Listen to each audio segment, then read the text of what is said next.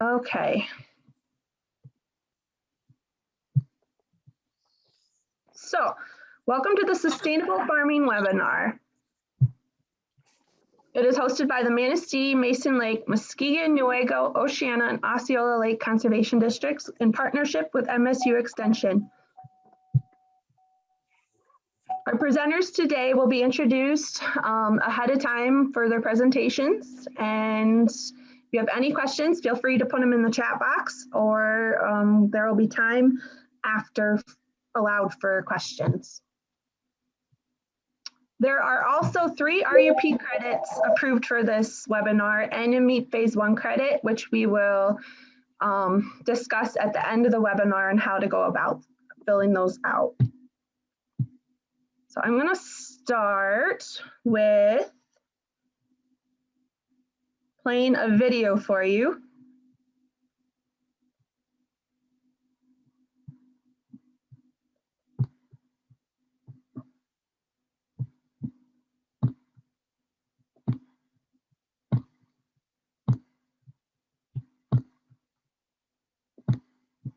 So this video I put together at the Mason Lake Conservation District introducing the MAEAP program. It'll give a quick introduction of the program, and then the follow-up video will give some testimonial from a MAEAP verified farmer that's verified in farmstead and cropping.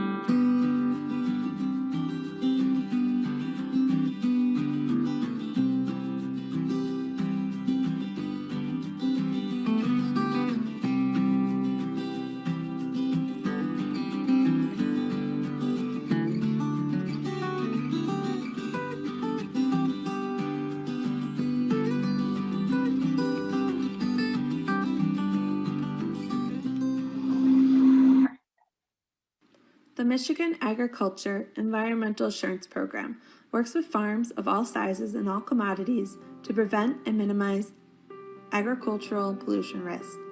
The program is separated into 4 systems that each focus on different potential risks. The farmstead system focuses more on pollution risks associated with fuel, pesticide, fertilizer, and manure storage, whereas the cropping system focuses more on risks associated with pesticide and nutrient application, erosion control, and record keeping. The livestock system focuses on manure storage, transfer and land application of manure, record keeping, feed storage, and lot management risks. The forest system, the forest, wetlands, and habitat, is geared more towards non-farm landowners that manage and protect their natural resources. MAEAP technicians across the state work with farmers and landowners to complete risk assessments and implement risk reduction practices on their farms. Once the farms are ready for MAEAP verification, the MAEAP verifier will come out to the farm to verify that the risk reduction practices have been implemented. We are going to hear from meat verifier Dan Busby about the steps needed to become meat verified. We are also going to hear from some Mason County and Manistee County farmers that have been meat verified. They will explain what risk reduction practices that they implemented on their farm for verification and how they think the program has helped their farm. Hello, my name is Dan Busby. I'm a meat verifier currently.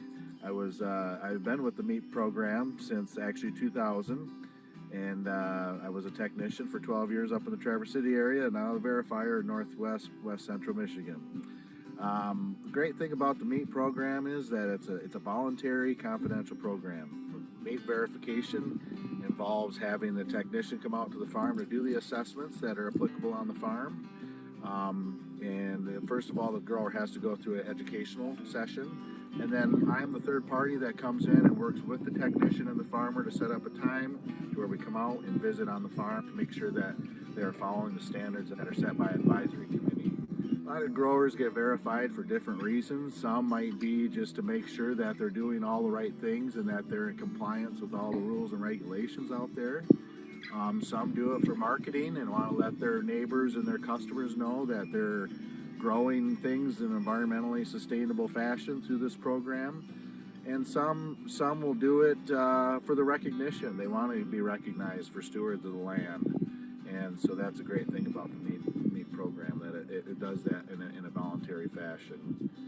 Some of the other benefits that growers get from the program is the right to farm protection to an extent. So when we do a verification, we're pretty much saying that a farmer is in right to farm compliance at that time if they follow the standards that we looked at that day. So a lot of growers like to know that as well.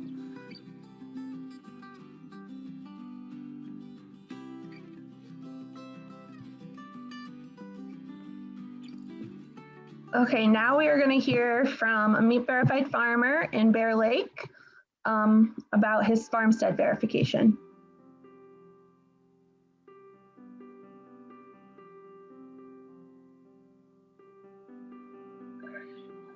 Hi, I'm Keaton Foster of Brickstone Farms, and we're verified in farmstead system and cropping system through the Michigan Agricultural Environmental Assurance Program.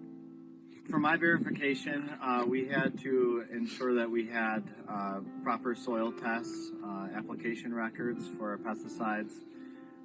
We also have to have our spray building here that can contain spills of chemical. We need a double wall fuel tank. And then we also need to watch our setbacks from our water sources. So we need to make sure that our wells are distanced properly from our chemical storage. We also implemented an emergency planning packet where we have information for employees and the farm owner. In certain situations, if we do have a spill, this not only protects the employee and people, but also the environment. So that was an important step that helped me along the way to identify areas of risk and also minimize our chance of contamination for the environment and also to people and groundwater. I decided to become verified as I take great pride in being a steward of the land, taking no more from it than what can be sustained. I also think it's important to let visitors and customers know that we're environmentally conscious, and there's no better way to convey that message than having the meat verification. Through the process, we were able to develop a clear business plan with protecting the environment at the highest of our priorities.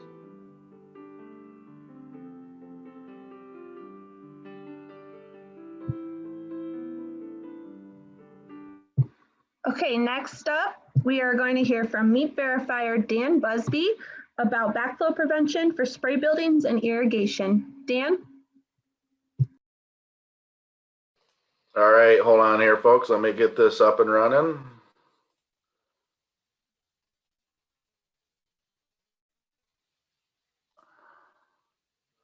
All right, good morning, everybody. Thanks to you all for joining in this virtual world that we're pretty much living in anymore. And I'm going to cover a couple things and on backflow protection and irrigation systems. And so we'll get going here with the presentation.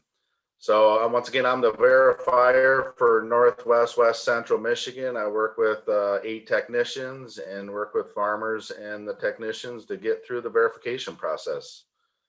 Cool thing about the MEAP program is that is a voluntary program, and that we really do recognize top stewards of the land. You know, they're the best of the best. I think the folks that we work with, and people strive to get to that location. So that's one thing I really enjoy about the program is working with the farmers and on their farm and working through issues that they might have on their farm.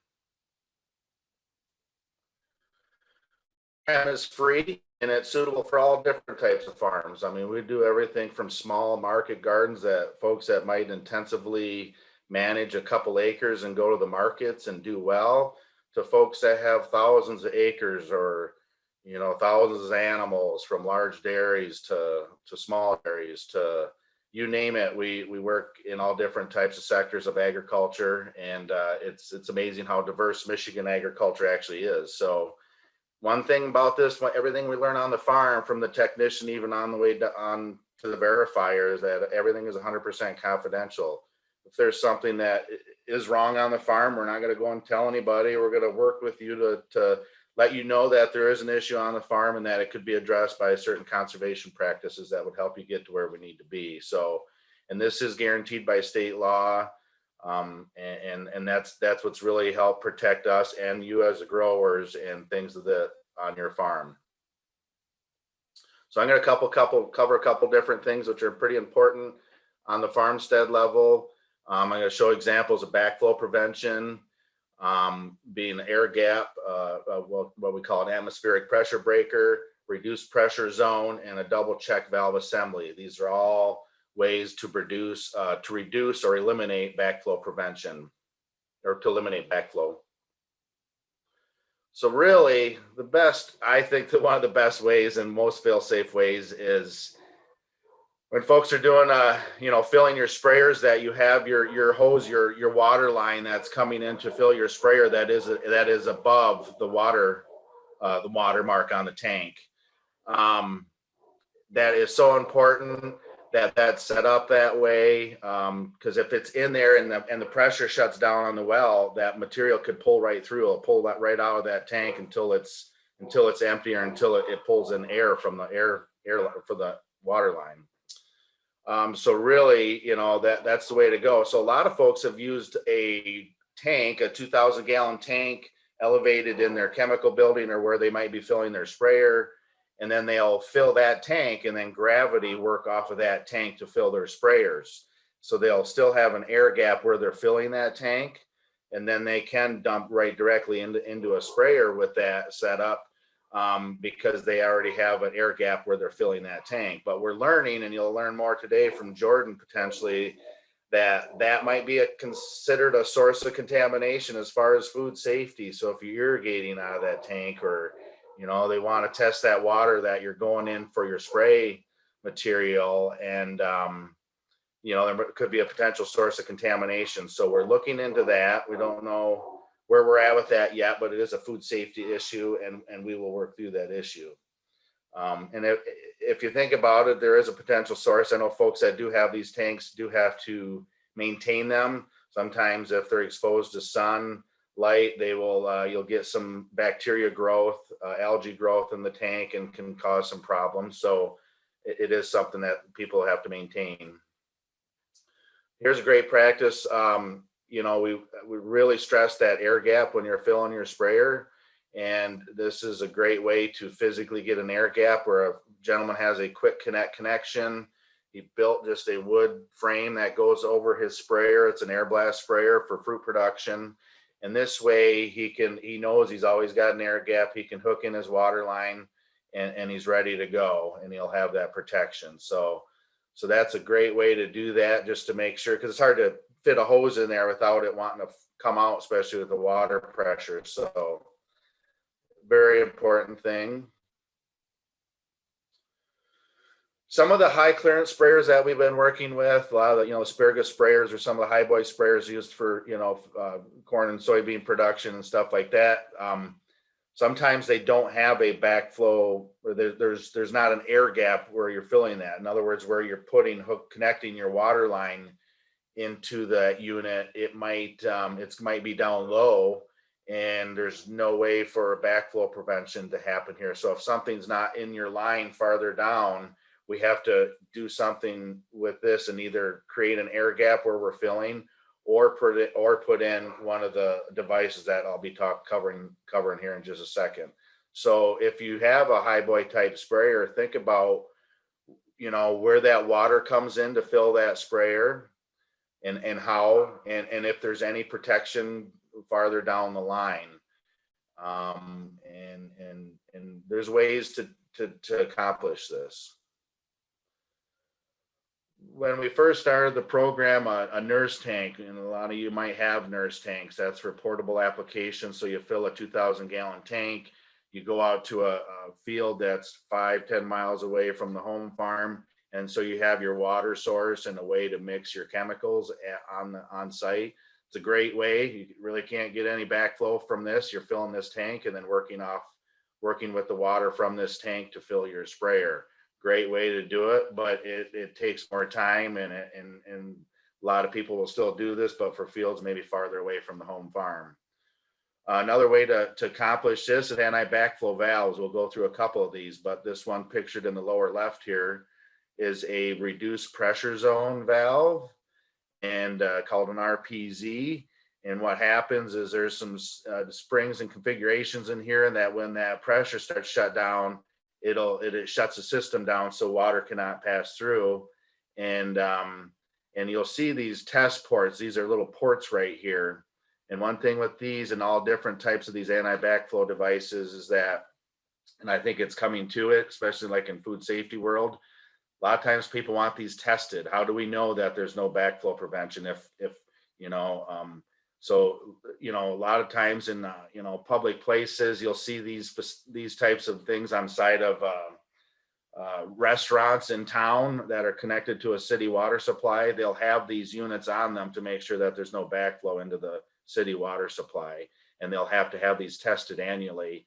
And there's actually plumbers that are certified to check these, and they'll go around and check these on an annual basis. Couple different, these are atmospheric pressure breaker backflow prevention devices that are installed in farm situations. The one on the right, I think, is like in a culvers or something like that. And you'll see these all the time. And once again, you can see them test ports right there where these, I'm sure there's somebody that comes and checks this every annually to make sure that that they work. Here's one right here at actually a park, and it's tied into a water supply here. But in order to get a drinking water supply, you have to have that backflow prevention. So this is and what that little mushroom shaped piece on the top is, that's where it lets air in. So it'll shut the system down and let air in and break that pressure and create that vacuum. And then here's another situation where it's tied in for a irrigation system in a greenhouse, to where once again, it's just make sure that backflow cannot happen in the system, because then if that happens, it pulls the water, potentially contaminated water right down into your water supply. And it's happened before. That's why these are in place. And we want to make sure that that doesn't happen. Very important thing to and maintain the integrity of your water supply. Here's another, the reduced pressure zone valves I talked about a little bit earlier. This is at a large facility, large greenhouse, and they, they're packing greens every day out of this facility. So food safety was a huge concern. So this was a device that they need to have in place. And once again, with the annual tests, here's another larger supply coming into a facility right here with the reduced pressure zone. And this is actually a flow meter, which some people are starting to use now. Double check valve assembly. We've been kind of cautious on using these to an extent because they're not testable. We've had some guys that have been able to do the plumbing to make them to where they can test it. And that's acceptable.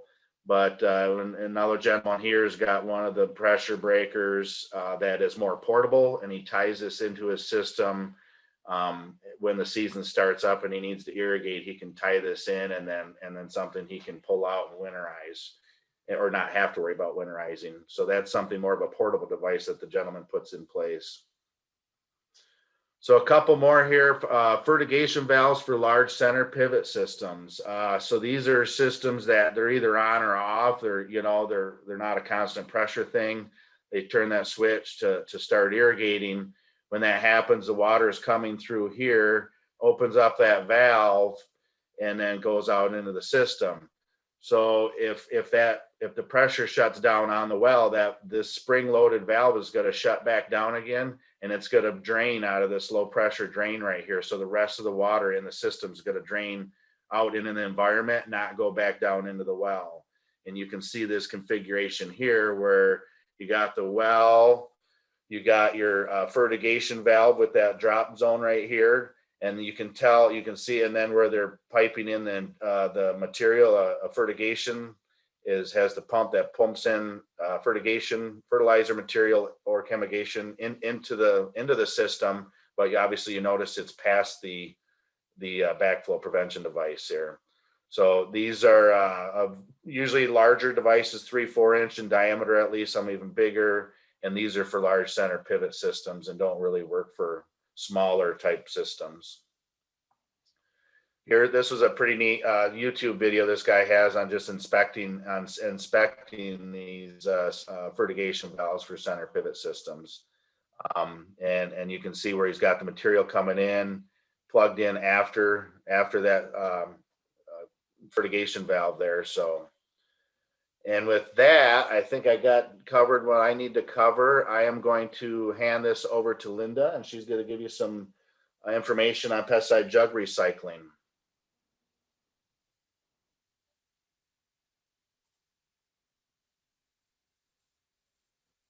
Linda, did that cover it? You good? Yes, I'm trying to get mine. I'm up here. You see it? It's coming. There you go. Okay. I'm just gonna get this thing out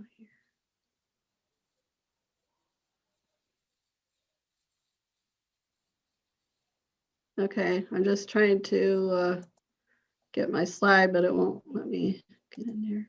Come on.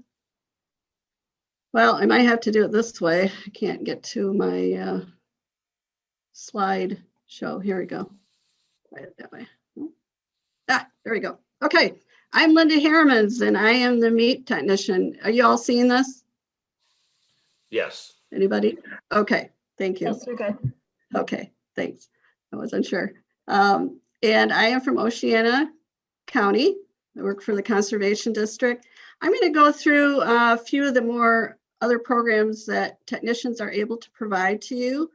I want you to see that we do have a cost share program, and we only get $3,000, but it can be very useful in helping producers reach meat verification. And I'm going to give you some examples on some different ways that we can use this cost share dollars. And this is available not just to Oceana County, but to every grant program in the state. And everybody here that's from Michigan has access to a meat technician. Here's some of the practices, and Dan just went through the anti-backflow valves that are very important to reduce risk on the farm. Here's some other examples, and I'm going to show you some examples here in these slides. Some of the cost share ideas, maybe you have great fuel tanks, they're far enough from the well, and all you need is a fuel transfer pad. I've actually cost shared a couple of these in the past years because that's all that was needed. And that is something that is needed for meat verification. And it might be something that if you've never worked with a meat technician, you may not have this practice right now. So this is a common thing that's had to be done for farmstead verification. Other things might be concrete pads for pesticide storage, mixed load pads, fertilizer storage. These big ticket items, you're probably better off to go through NRCS programs, cost share programs. You'll hear more about those later on. Yeah, there's some of these type of practices you probably are better off if you can get EQIP funding or something like that through NRCS. But it is something that we would look at. Now, we don't want to use our cost share funds for a part of a big practice on NRCS, because that would prohibit you from getting those dollars. So that would be something we'd have to talk about and work through.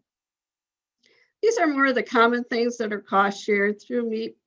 Used oil in the shop or new oil should have some sort of containment or secondary containment, especially if there's a drain in the shop, which we'll talk about a little bit more later.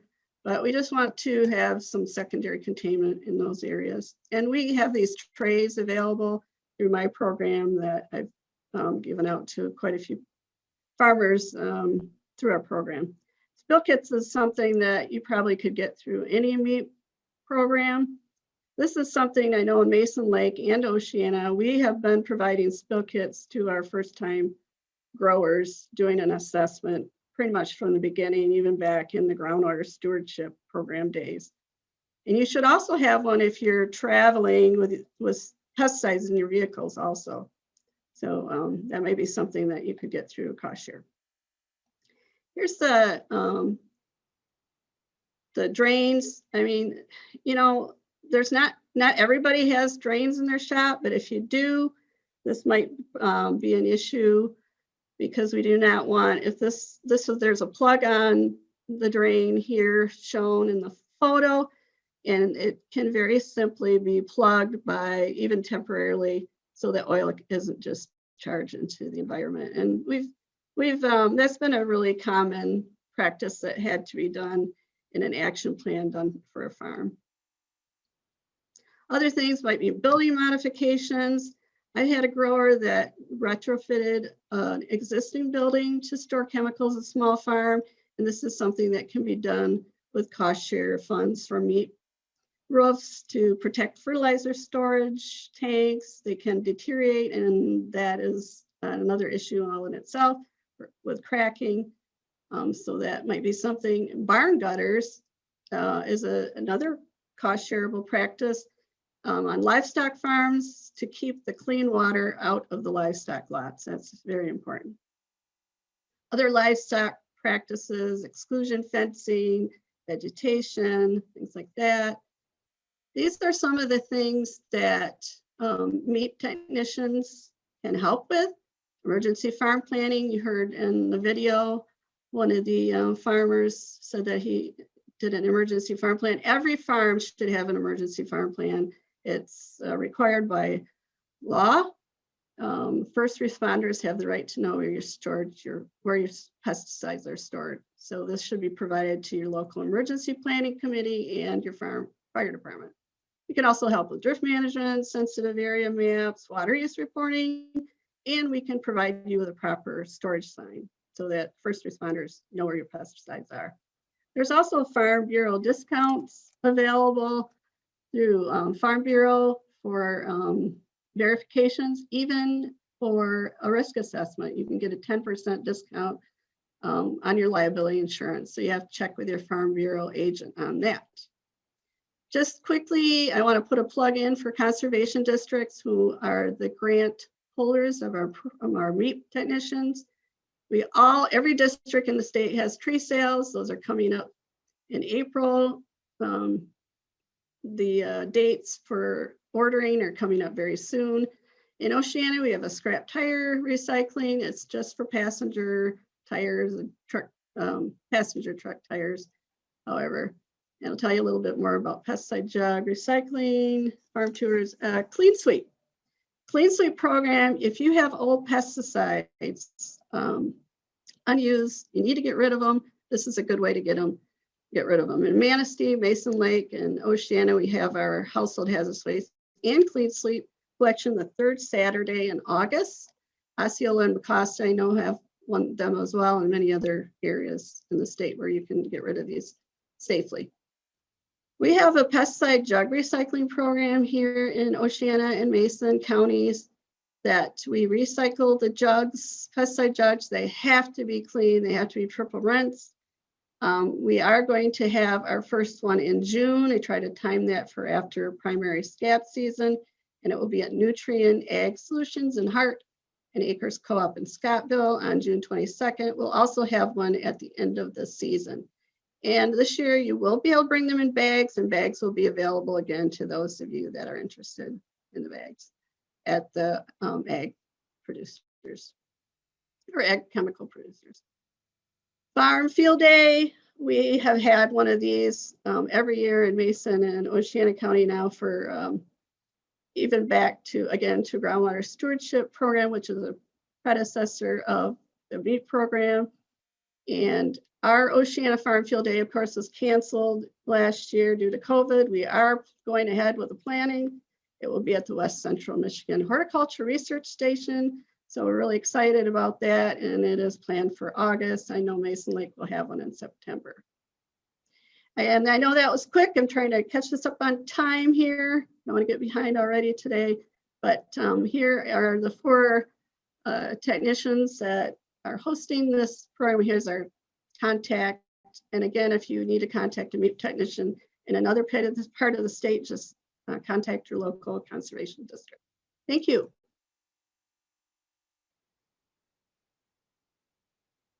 So good morning, guys. Thanks, Linda. My name is Alex Swoboda. I'm going to be taking over for the next segment here, and that is grazing cover crops. I'm going to go ahead and get my presentation pulled up here.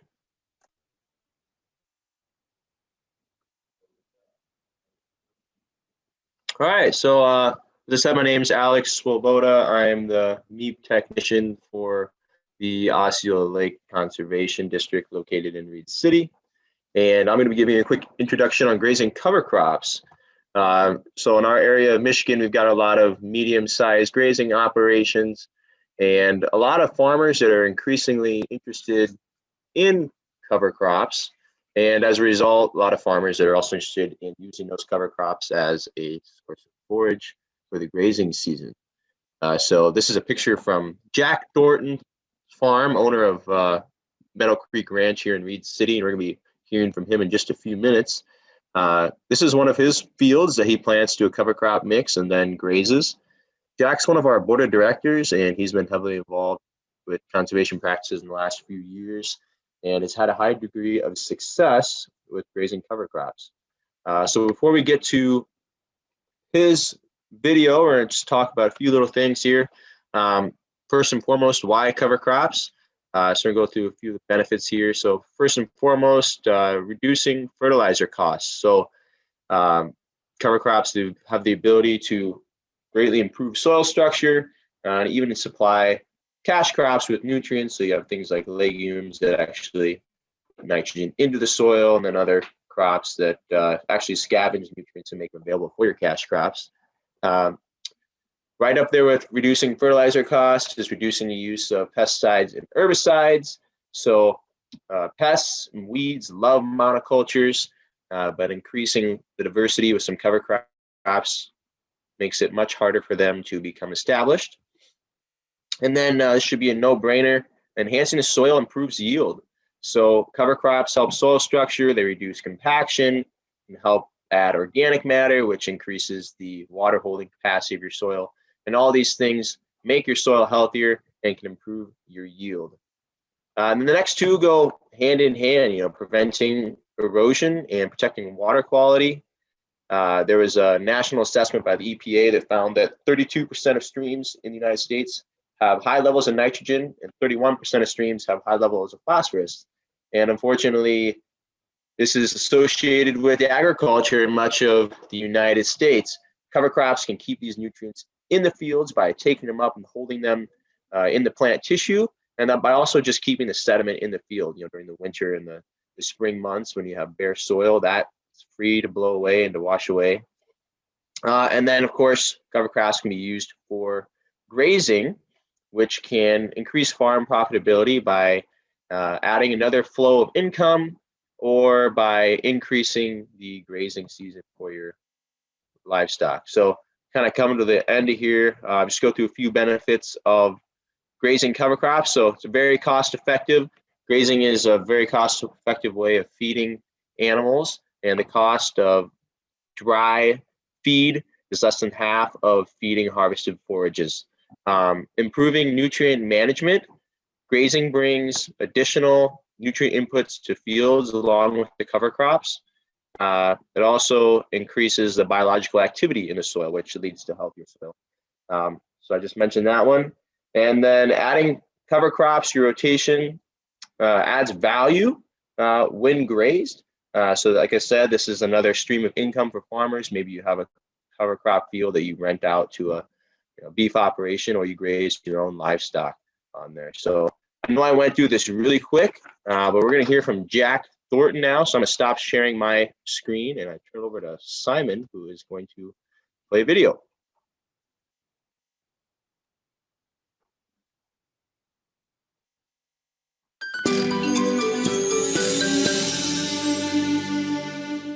Jack Thornton with Thornton Agriculture and Meadow Creek Ranch, and we're here today to talk about cover crops and ways to manage them with cattle and soil health. And this is how we found cover crops to be utilized the best. This field here in particular is a test field of ours.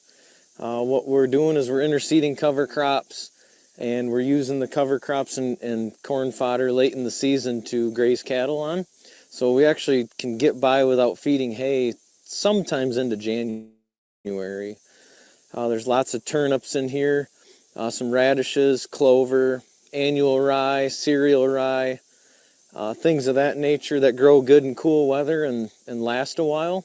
And that way the cattle can graze on something that's high in protein while eating the corn fodder, which is low in protein, and it gives them a fairly good balanced diet. Something else neat with this field, last year we did a full season cover crop on it. That cover crop included things like sorghum sudan, millet, sunflower, clover, turnips, radish, hairy vetch, annual rye. I'm sure I'm probably missing one or two in there, but our thoughts were we've got a canopy to work with. We've got a canopy of 6 feet or so with the sorghum sudan, and then we've got the ground where there's sunlight still getting to, so we can kind of maybe pick some forages that'll grow close to the ground, and all the way up into that 6 foot where them sunflowers heads are actually above all the sorghum sudan. Each cover crop has its purpose, such as corn is following this, and sunflowers have been known to pull up zinc. That's a micronutrient that corn really likes, so that's kind of the reason we put sunflowers in that mix. Things like hairy vetch and clover, they produce a lot of nitrogen. So we let that grow almost full season last year, and then we would graze it off. Some of those forages, as the clovers, the millet, the sorghum sudan, they would come back, and we were actually able to graze that off again. We did that with no fertilizer on that cover crop to see how things would go, and it worked fairly well. I think next time I would put down a little bit of nitrogen in there just to help give it a kick. But then once we were done with that cover crop, we started bale grazing this field, and we bale grazed it fairly hard. We unroll our bales. I would say maybe every 5 foot or so we unrolled a bale, and that was every day. We would unroll 2, and the cattle would come and eat it up and till the field was done. By springtime, you could see the cover crops coming back through. We just put the cattle out here because it was easy, and they kept everything mowed down. Then we went through and we sprayed this field to kill everything and planted corn. The kicker to that is we used 26 gallons of starter per acre, and that's just a blend of a molasses product to help with the soil biology and to help contain the nitrogen a little bit. And then we used 28 and 1034O, so nothing extravagant, nothing different. And then we just let it go. When V4 came around, we put our cover crops on. The only difference there is we top dressed in a few different locations, different amounts of nitrogen, all the way down to 0. And what you're seeing back here is probably the best plot. And this only has approximately 25 pounds of nitrogen on the top dress. So we've got 26 gallons of starter and 25 pounds of nitrogen in a urea form. And that's what we're growing now with cover crops, bale grazing, and using the cattle out here. So it is working. We're turning dirt into something that's really nice from just having sand. Oh, here's the longhorn herd that we've got. We've got the Angus herd at a different pasture. We run about 90 head here. They're born here and finished here. The reason we can do that is we've got to utilize our cover crops the best way we can. Obviously, economics is the whole reason we're in this business and the whole reason that we're doing cover crops. So with the cattle out here with a well-maintained pasture and rotational grazing, which you can see it's been an extremely dry year and they're ready to move on to a different paddock. But we can do really well on these cattle with rotational grazing. I want to say we've got all 90 head on approximately 30 to 35 acres. And it's got to be well managed to do that, but that's pretty cheap cost per head. And come in the fall, then that's when the cattle move into the cornfields. And it cuts our feed costs down tremendously. There's tons of corn fodder out there and tons of cover crops. A lot of the cover crops that we will interseed with, we'll kind of stop that at $20 per acre. But if we're going to integrate cattle into there, we'll up that to $40 per acre. We can get a lot of tonnage for $40 an acre without an extra pass, and they can also eat the corn fodder. And it's a great system. It cuts our costs down tremendously, and the cattle eat so much corn fodder, we don't have any residue in the springtime to worry about. We've got cover crops coming back up to be able to keep the soil healthy, and it's utilizing the manure until we're ready to go in, spray, and plant again, whatever species or crop that we're going to be planting for that year. It really works well. The cattle have really brought us a lot more income and helped us a lot with fertility, crop residues, all sorts of different angles, but it really works well to have cattle back on the farm. And another thing to look at is diversity. This year corn prices don't seem to be doing well, but farm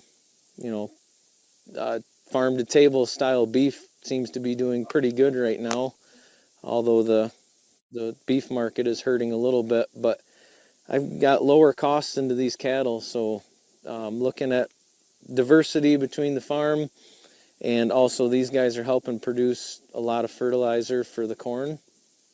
I don't think I would do it any other way. In fact, we're just trying to expand on the cattle herd, and the biggest expense that we've got is fencing, but it pays for itself over time.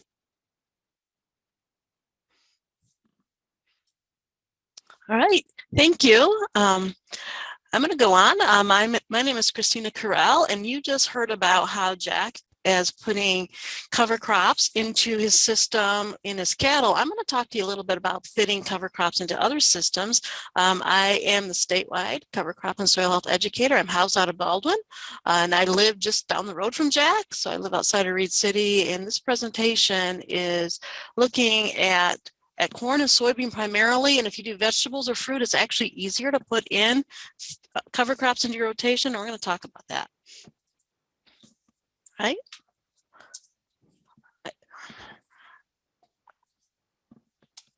So one of the things when you're looking at fitting cover crops into your rotation, you really need to think about the process. I don't want you to think about the end. I want you to think about the whole process as you're going along. What's your goals? What type of covers do you need to meet those goals? And my goal is we're looking at covers as forage like Jack does, or are you going to use them to control weeds or build up soil or other different ways that cover crops can work into your rotation. You also need to look at your planting window. We're going to talk about that really briefly. And you also need to look at when can your cash crop be planted.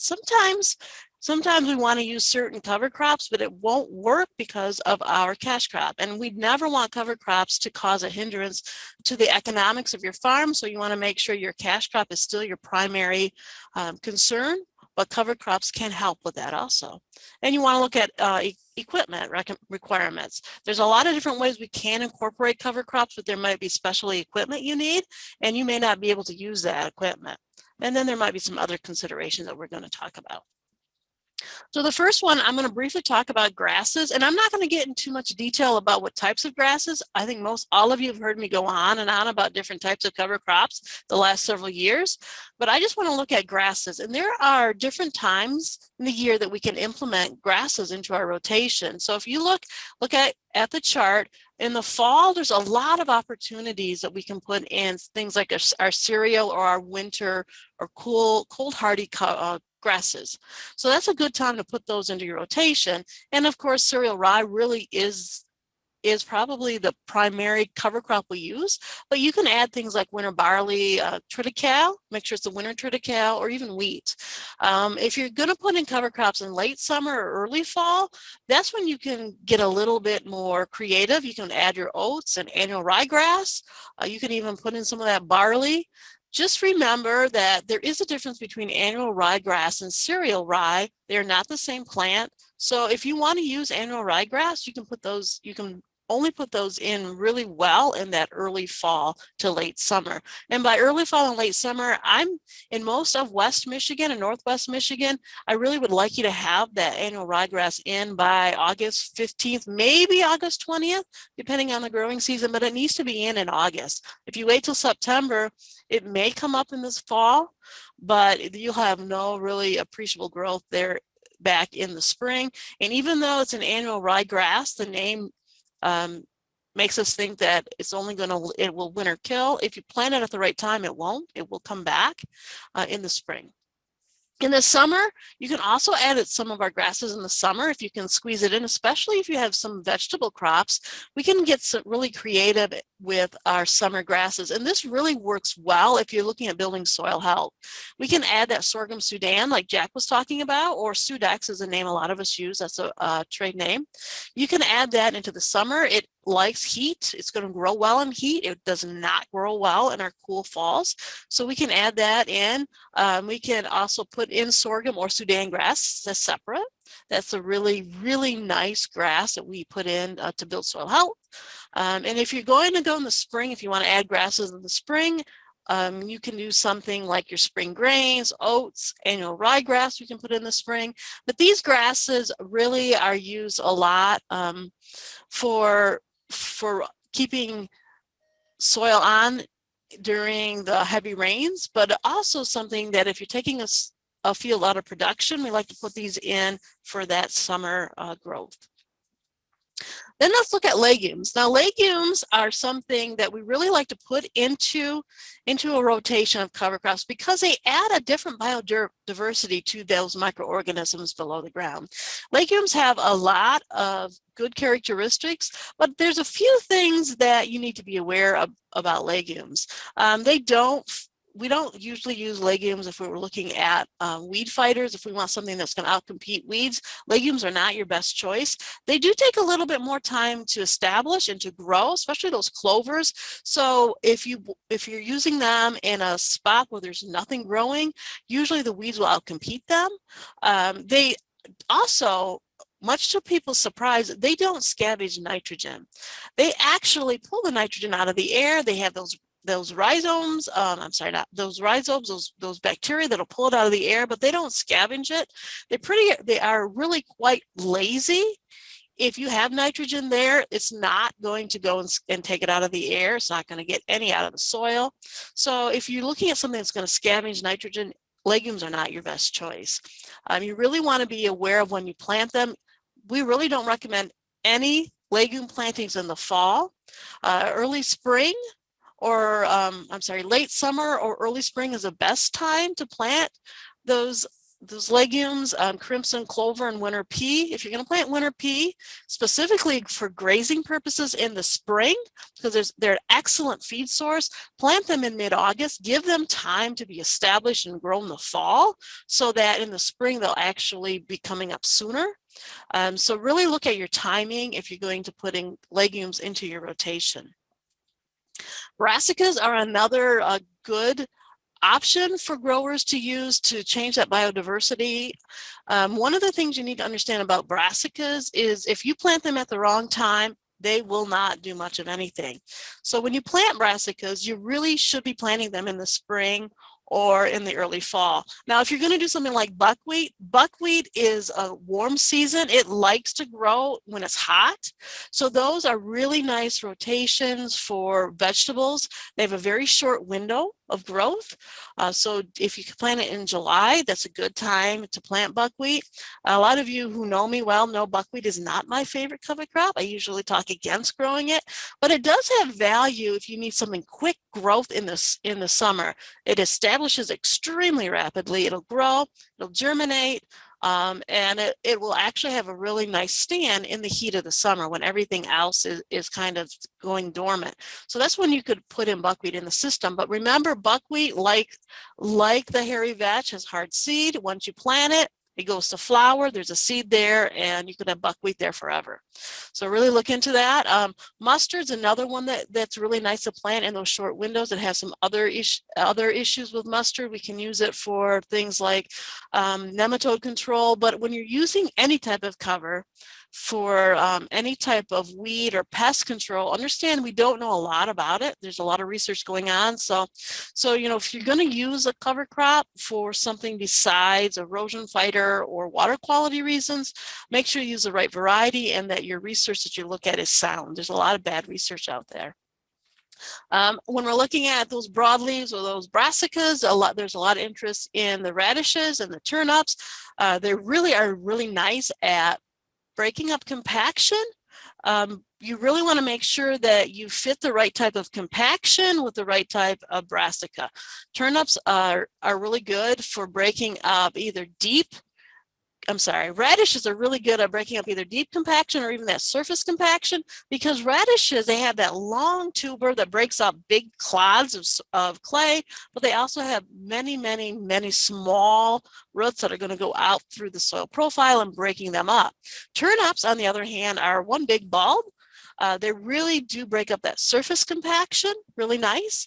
Again, turnips are a good forage, so that they are used a lot to feed livestock. The next thing you really want to think about when you're thinking about cover crops and fitting into your system is termination. We usually want you to think about the objectives, why you're planting them, and how you're going to kill them. If you're going to kill them using winter kill, reliability winter kills sometimes are hard to come by. So really, really think about what you're going to do. If you're going to use winter kill, things like oats and radishes and crimson clover. Crimson clover doesn't always winter kill, but most of the time it does. They're pretty good to use for winter kills. Sorghum Sudan, definitely winter kills. It does not like frost. It kills pretty easy in the winter. Millets, on the other hand, there's some millets that winter kill and some that don't. So you really want to make sure that you know what type of a plant you have if you're going to rely on winter kill to terminate it. If you're going to rely on herbicides, then make sure that you use the right herbicide for killing that crop. Glyphosate really is a good killer for most of our cover crops. We will sometimes recommend, if you're using something like hairy vetch, which is a pretty pervasive plant, we usually want you to think about going in a little bit early to terminate it. And don't be afraid to put a little bit of something else in that glyphosate, like 2,4-D, but really know those plants, know how you're going to kill them and when to kill them. Like every other weed out there, if you're going to terminate your cover crop by using chemicals, the earlier you can terminate it, the better. However, if you're using cover crops for things like erosion control or to build up soil, there's an opportune time for biomass. When we build up soil using cover crops, we're looking at biomass of the cover crop below ground and above ground. So there is an opportune time when we have the maximum amount of biomass before that cover crop goes to seed when you can kill it. So really make sure that timing is important of killing it using chemicals, as well as the interval between the chemical and your cash crop. So make sure that you kill it at the right time. There's some windows that you can actually seed cover crops. And again, I'm going through things really quickly. This presentation will be available for you so that you can spend more time looking at it. But here's just some windows when these cover crops can be planted. So you really want to think about that, the life cycle of the plant. You want to make sure that you give that cover crop 6 weeks of good growth to deliver the benefits that you want. So make sure that you give yourself plenty of time. Let's look a little bit at some of our field crops, because they're the hardest one to integrate cover crops into the rotation unless you're just waiting until after you take those crops off. So this is just a chart of when our common field crops grow in Michigan. You'll need to tweak this a little bit by your location, but you can see when we usually plan for these crops to be growing and when we want to make sure that we give them the maximum amount of nutrients and water, so we're not disturbing their growth periods. So when we take those growth periods and then we overlap when we can plant cover crops, this really causes a challenge because there's some overlapping. And when you're growing your corn or your beans, whether soy or dry, or even your small grains, you don't want to go in there and you don't want to disturb your crop. You don't want to disturb the soil. So if you want to plant some of these cover crops into these systems, you may have to think outside of the box a little bit of whether you're going in and drilling or planting. So when we're looking at frost seeding, so we're going to look at some methods of incorporating other types of planting besides drilling or going in and planting themselves. One really good way of incorporating cover crops into rotation is frost seeding. And this is going in when the frost is still on the ground. We might even have a light dusting of snow. We go in and we broadcast our seed. We're broadcasting it, and as that snow or that frost melts, the seed will actually go into the ground. And there's some very, very short windows of doing this. Now, we only recommend that you do a few crops. You can do red clover. You can even do some of the grasses we can frost seed, but really be aware of those crops. If you're going to do clovers, we recommend that you really only frost seed the red clovers and some of the yellow clovers, things like crimson clover. It takes a little bit more warmth to germinate, so we don't recommend that you frost seed crimson clover, but the other clovers for the most part you can do. So this is just some ways of doing it. This is some of the ways that we have frost seeded. Okay. Another way of doing it is planting green. Planting green is actually planting into the cover crops. So your cover crops are there in the spring, and we're going to go in and we're going to plant our crops into the cover crops. You can do this with beans. You can do this with corn pretty well. You want to make sure that after you plant your cover crop that you leave some time in there to terminate. If you're going to terminate with herbicides, you want to terminate 1 to 4 days after you've planted your beans. You want to make sure that you use an herbicide that won't kill your beans. So you want to make sure your herbicides are correct. We usually do Roundup Ready genetics when we do something like this. You can roll and crimp it. That's a really, really nice way of doing it also if you don't want to use herbicides. And when you're doing this, one of the reasons we like this is because that mat will provide weed control. So we go in, we kill the cover crop, we roll and crimp it, and we're providing weed control for the weeds coming up. So this is us just going out and doing that, planting green. Another way that we can do it, of course, is putting in our cover crops after harvest. This is a very, very short window for putting in field crops. Now, if you're doing vegetables, you can actually, if you can go in and earlier in the year, you can actually put more cover crops in. You can actually use a lot more different types. So vegetables, you have a lot more leeway of putting in different chemicals or different cover crops. So really, if you're planting after the cash crop, really look at those cereal grains. Those cereal ones are hardy. We can plant them when it's cooler. They're really, really good to put in. They have the most options for cereal grains. Here's some of our equipment. Another one that you can do if you want you can apply late is aerial seeding. You can also apply cover crops using drones or high clearance or high boys. We do a lot with high boys. You can go in and plant cover crops after while the crop is still growing. Understand if you're doing this in beans, we have some research that shows that you need to wait till after the leaves yellow before you go in and plant in beans. If you go in too early, you could have issues with harvest. You could have actually have it so that the beans actually or the cover crops will actually clog up your combines. We also have instances where we have low germination rate if we go in too early because of the moisture. The beans have taken up all the moisture and sunlight. So really, really look at it. Critically look at the timing. And if you do irrigate, if you have that capacity to irrigate, you really do need to irrigate those cover crops. So here's some of the equipment we use. There's some drones, some aerial. Haggy is a company that has some nice interseeders. Jack Thornton, who you just heard about, he actually custom hires interseeding. He has interseeders and he does it also.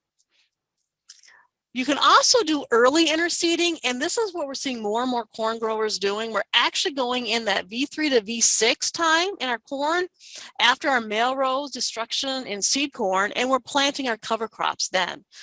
We do use high boys a lot to do this. You can do it if you go earlier. You can actually just broadcast it. I do a lot with broadcasting farther north.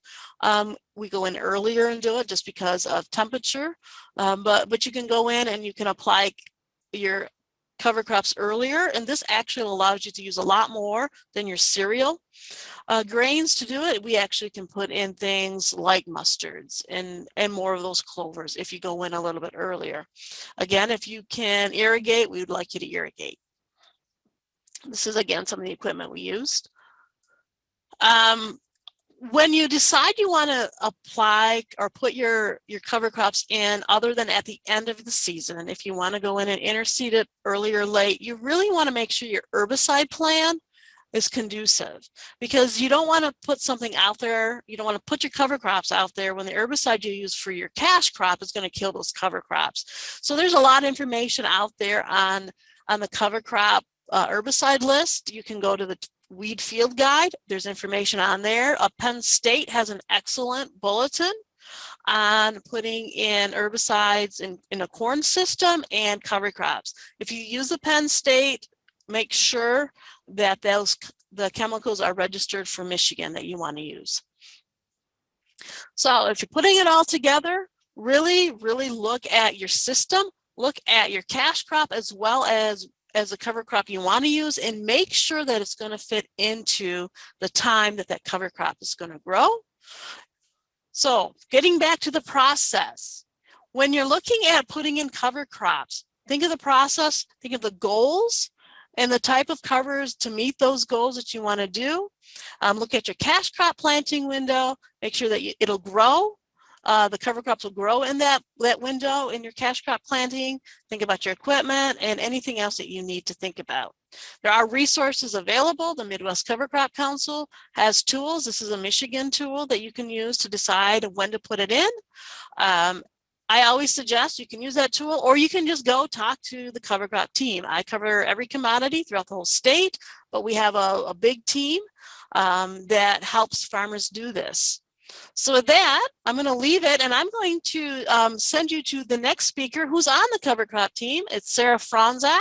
Sarah is the environmental educator for MSU Extension. She covers the whole state, and Sarah is wonderful. She's one of the best hires we've ever did in MSU, and she's on the cover crop team as well, and she's going to talk to you about phosphorus. So wow, Christina, that's really nice. I don't know what to say about that. You have a question and answer in the Q&A if you want to. I will take care of that. Okay, and I'm going to get started. So I gotta shrink this so I can see it. All right, here we go. My name is Sarah Franzak, like Christina said, and I work out of the Hillsdale office, but I cover the entire state. So if you need my help, you can contact me directly. Here's my information, or if you're just like, who is that woman that talked at the thing? I'm sure Christina can help you find me. So here we go. Or not, there we go. So you might be wondering why I'm only going to talk about phosphorus today. Well, a small amount of phosphorus can make a big impact. Well, in your field, phosphorus is important to help plants grow in freshwater lakes and ponds. It can speed up eutrophication. So you want to think about that as the greening of the lake or water. Phosphorus is a naturally occurring element and the limiting factor for aquatic plant growth in freshwater systems. That means that in healthy aquatic ecosystems, this natural plant food is present in a very small amount, limiting plant and algae growth. When excess phosphorus enters the system, it can quickly cause overgrowth, and this can lead to nuisance plant and algal communities that put a stress on aquatic ecosystems. Fish and other aquatic critters, they need a certain level of dissolved oxygen or DO in the water to breathe. So during the day, aquatic plants and algae undergo photosynthesis and generate dissolved oxygen in the water, which is great. But the problem starts at night. So when these same plants undergo respiration and they take up oxygen, they lower the DO level. So nuisance plant and algal overgrowth can create major fluctuations in DO, stressing out and even killing fish. So this is what we call, like, people freak out and say, oh, there's going to be a fish kill. This is really what they're meaning. They're saying that there's this huge fluctuation in dissolved oxygen in the water that can really stress out animals.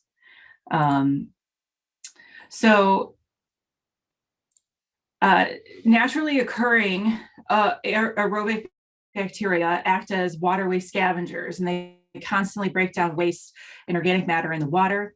These scavenger bacteria multiply really rapidly to clean up messes, and they demand oxygen too. So they're increased rapidly, and suddenly the bacteria are competing with the fish for oxygen, and the bacteria win, and the result can be quick and extensive fish kill. Not only can this low oxygen situation be a problem, but it also creates conditions necessary for a bloom of toxic bacteria, creating a harmful algal bloom, or what we might call a HAB. So these outbreaks of poison shedding bacteria, yes, I said poison. So these are things like hepatotoxins, things that attack the liver, or neurotoxins, things that attack your brain and nervous system, can have disastrous and costly effects on water sources for cities. And in fact, if you remember, the city of Toledo had a huge HAB outbreak near, this is a picture of that outbreak actually, of an algal bloom. And the city of Toledo has their source water intake right here on this island. So they're taking in water. It's in the middle of this HAB outbreak. They get poison into their water. They have to shut everything down. They ended up installing these costly carbon filters so they can continue to provide water to Toledo and the surrounding cities. And there are, finally, there are several misunderstandings about phosphorus and soil chemistry that we're going to talk about today. So we're going to bust some myths. Go for it. Okay, so this myth is prevalent in the Western Lake Erie Basin, which I know you're not in, but this is the basin that I work in mostly, and the basin where this HAB problem is most prevalent. So this myth is prevalent in the Western Lake Erie Basin. The myth is that due to acid rain caused by air pollution, that the soil retained phosphorus better than it does now. When the air got cleaned up because of the Clean Air Act and like they started installing scrubbers and power plants and things like that, the rain's pH returned to neutral, and now we have a dissolved phosphorus problem.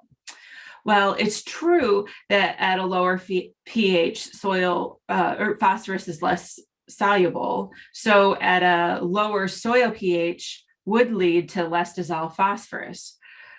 But any farmer here, does any farmer here or anybody that you know let their pH in their soil drop to 5.5?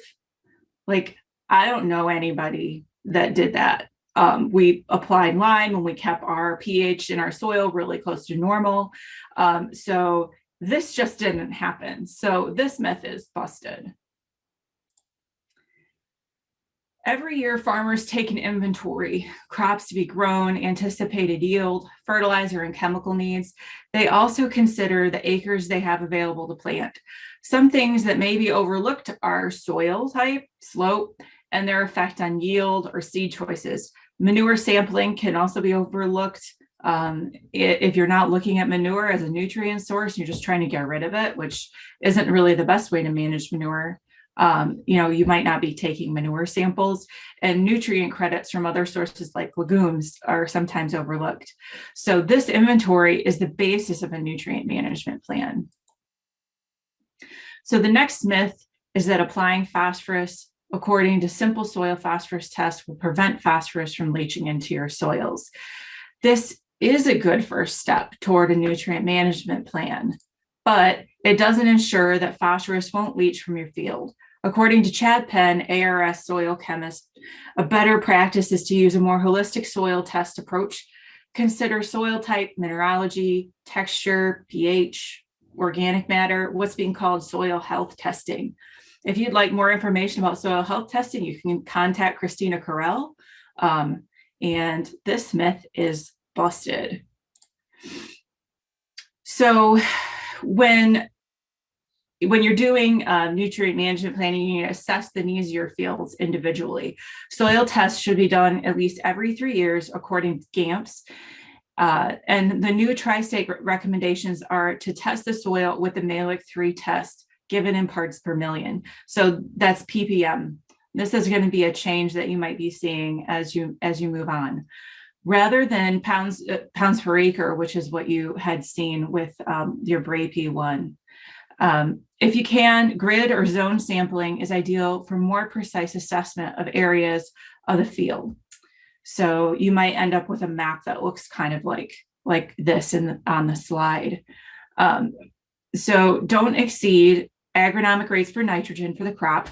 For corn, if soil test P is above 40 parts per million, phosphorus application should be discontinued until nutrient harvest by crops reduces P test levels to less than 41 parts per million. So like I said, this is from the new state recommendations, and hopefully you can see the link to that in the chat. If you're like, I don't believe you, Sarah, I want to read it for myself, that would be where you need to go. So the next myth is that if you have the surface erosion from your field under control, then phosphorus isn't leaving your field.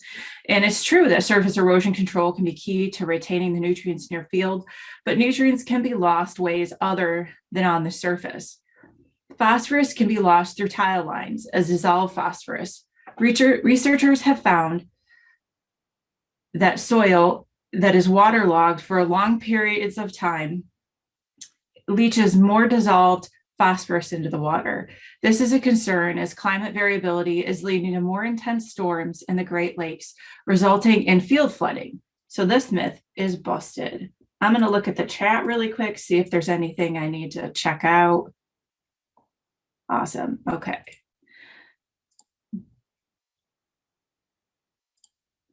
So as you assess your fields, consider all paths to risk of surface and groundwater. Look at the landscape as a whole and not just the part that you're going to farm. So this includes the stuff you can see, like the slope or the hilliness of the field, surface drainage inlets and surface water and water wells of nearby houses, as well as things you can't see, like the depth to the water table and underground tile.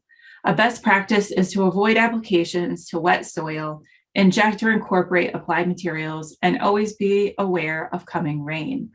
Also, note odor and chemical sensitive areas like neighbors and specialty crop farms, hospitals, schools, and holidays. So even sensitive areas and time are important to think about when you're doing nutrient management planning. So I hope you listened to what I just said, because we're going to have a little practice here. So I want you to pretend that this is a new field that you're going to be renting this year.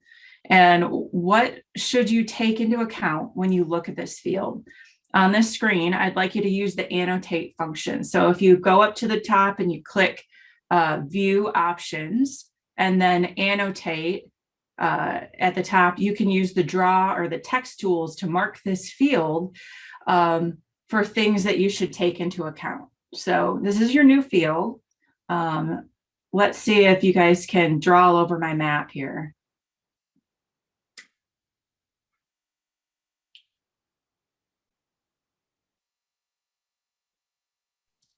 I don't see. Oh, there we go. Very good, Linda. Yeah. We got to watch out for that river. Yep. We're going to watch out for the pond and the surface water. Yeah, it's a whole wetland area, isn't it?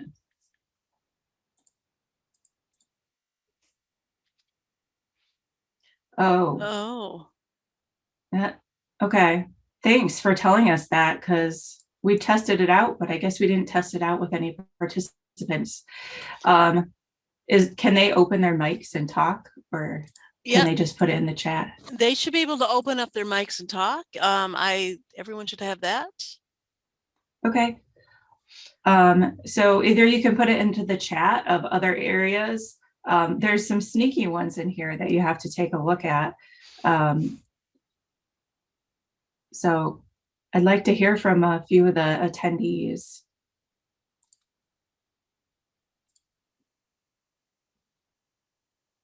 Maybe I put them to sleep.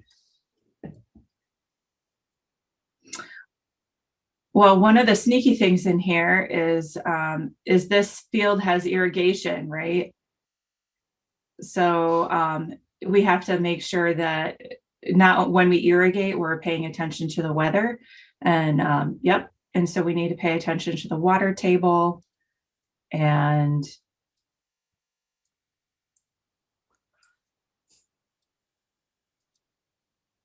Carl's raising his hand. He'd like to talk. All right, Carl, let's. Tile risers. Good job, Allison.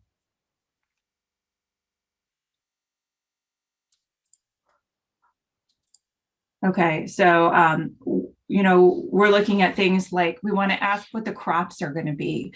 So we need to know what the crop nutrient usage is going to be. We'd like to get soil tests for a new field if possible. You guys did great on marking out water, tile risers.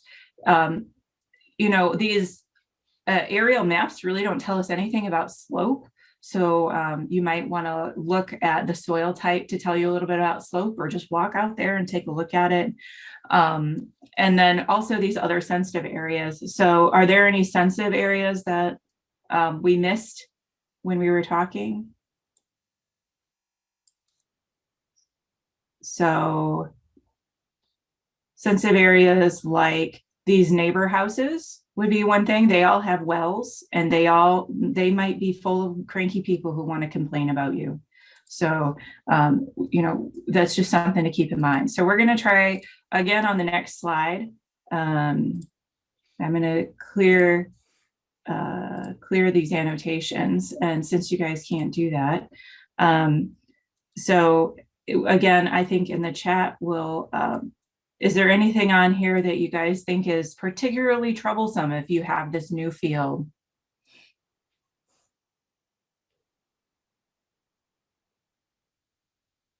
This one has some different features. Like this thing. Anybody know what this is? Waterway. Yeah, it's a grass waterway. So we have this grass waterway that obviously we can't put, you know, we don't want to spray it and burn it. So we want to be careful about that.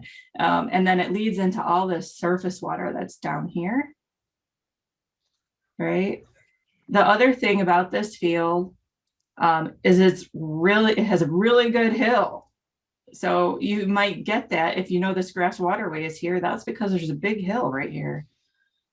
So that's going to lead to some other differences in the fields. So part of taking on new land is exploring it and being able to look for a lot of these inventory type areas. All right. So if you'd like to begin the nutrient management planning process, you can reach out to any of these groups for assistance. NRCS, your local conservation district, MSU extension educators, consultants would be more than happy to get you started with a nutrient management planning process. So let's do another myth. So the myth that Lake Erie is the only place with a harmful algal bloom problem and that we're all worried for nothing. And it's true that Lake Erie's bloom is the most publicized, but we have had HABs reported in small bodies of water like lakes and ponds around the state. In fact, I even had a report of a dog being poisoned that took a bath in one of these little ponds. Just because the HABs isn't affecting the state in a large way doesn't mean that we shouldn't be prevented from fixing the problem before it's widespread. I think this myth is busted. So how do we fix this trend before it becomes a problem? Oops.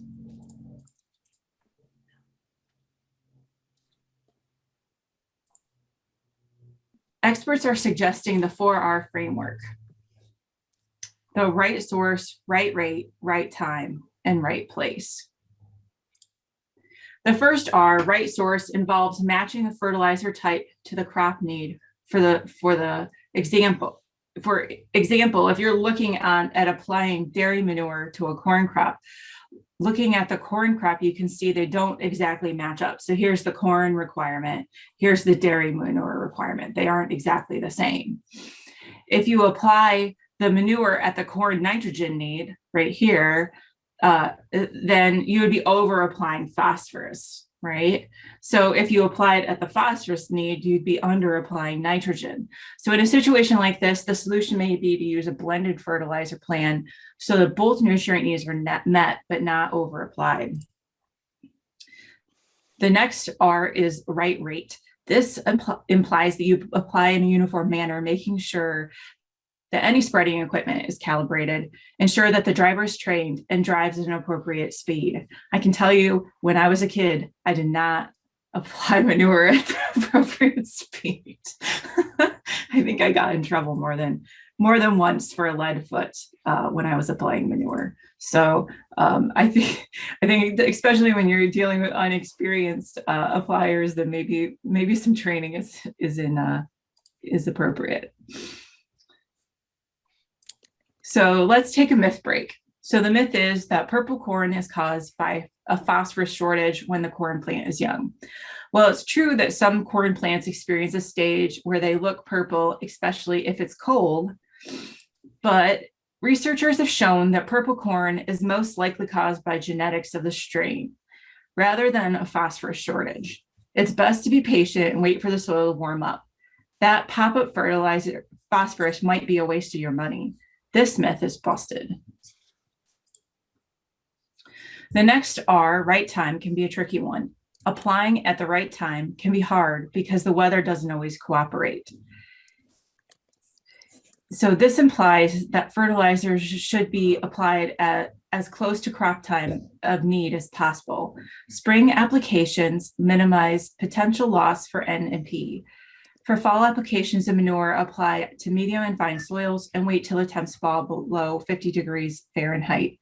That'll help you retain some of your nitrogen. Apply nutrients on established cover crops if possible. Winter is the least desirable time for application because frozen ground and saturated soils. To help with these guidelines, try the Enviro Impact tool. So you can find the link in the chat to the Enviro Impact tool. And if you have questions about that, just let me know and I can do a training for you. Finally, apply at the right place. Keep the nutrients in the root zone. Technology is giving us excellent ways to accomplish this. Precision planting of seed and placement of nutrients according to recommendations into no-till fields is a great way to go. Getting phosphorus below ground by knifing it in is the most effective way of reducing dissolved phosphorus loss in a field. I'm going to say that again. Getting phosphorus below ground is the most, according to research that we've seen in the Western Lake Erie Basin, the most effective way of reducing dissolved phosphorus loss in a field. One final myth. So the myth is that the 4 R's and conservation practices cover all the risks to phosphorus loss you might experience on the farm. But losses can occur during transport of nutrients to the field. According to Kevin Erb, University of Wisconsin researcher, most manure spills occur in transport to the field. Making sure your equipment is inspected and accidental spills are less likely to occur can help reduce risk on your farm. This myth is busted. To do this, keep in mind a few things. We've already heard about emergency spill kits. So do you have a spill kit? Do you know where it is? I think that's really the question. People, I always ask, like, we might have one, but is it handy? Do we know where it is when we're panicked? This can be really helpful for chemical spills on your farm. If you haul manure, put together a kit for the type of manure that you have. If you have a manure or you haul manure, you should look into having going through the new manure hauler certification program. You can contact us about that if you're interested. So this program can help you and your staff learn about how to prevent and what to do in a time of a manure spill. Keep good records. This will help you if you ever do have a manure spill. You'll know what's happening, or if you have complaints against you, like if people file complaints with MDARD, keeping good records to know that you're in line with GAMPS helps you defend yourself when people complain. If you're struggling with keeping good records, I can help you set you up with a computer-aided record program. Or if you have a smaller farm, you don't want to use a computer to do your, we can get you some paper forms that help you keep track of your manure spreading. Finally, be a good neighbor. Try to avoid days with strong winds that are blowing toward houses and holidays. This is true with manure. It's also true with any kind of spray that we put on. If people are out in their yard on the 4th of July and you decide to put on spray, you're going to have some upset neighbors. While this isn't necessarily an environmental risk, you know, I don't know about you. I don't like it when my neighbors complain at me. I like to keep the peace. So if you have any questions, I'm happy to take some questions. I'd really appreciate it if you would take the short evaluation survey. The link is in the chat. Or if you want to scan this QR code with your phone and take it really briefly, seriously, it'll take you less than 2 minutes. And it helps me focus my educational stuff to things that you actually want to talk about. So I'm going to take the questions in the chat if there's anything, however you guys want to ask questions. I don't think there's any questions in the chat right now. Great.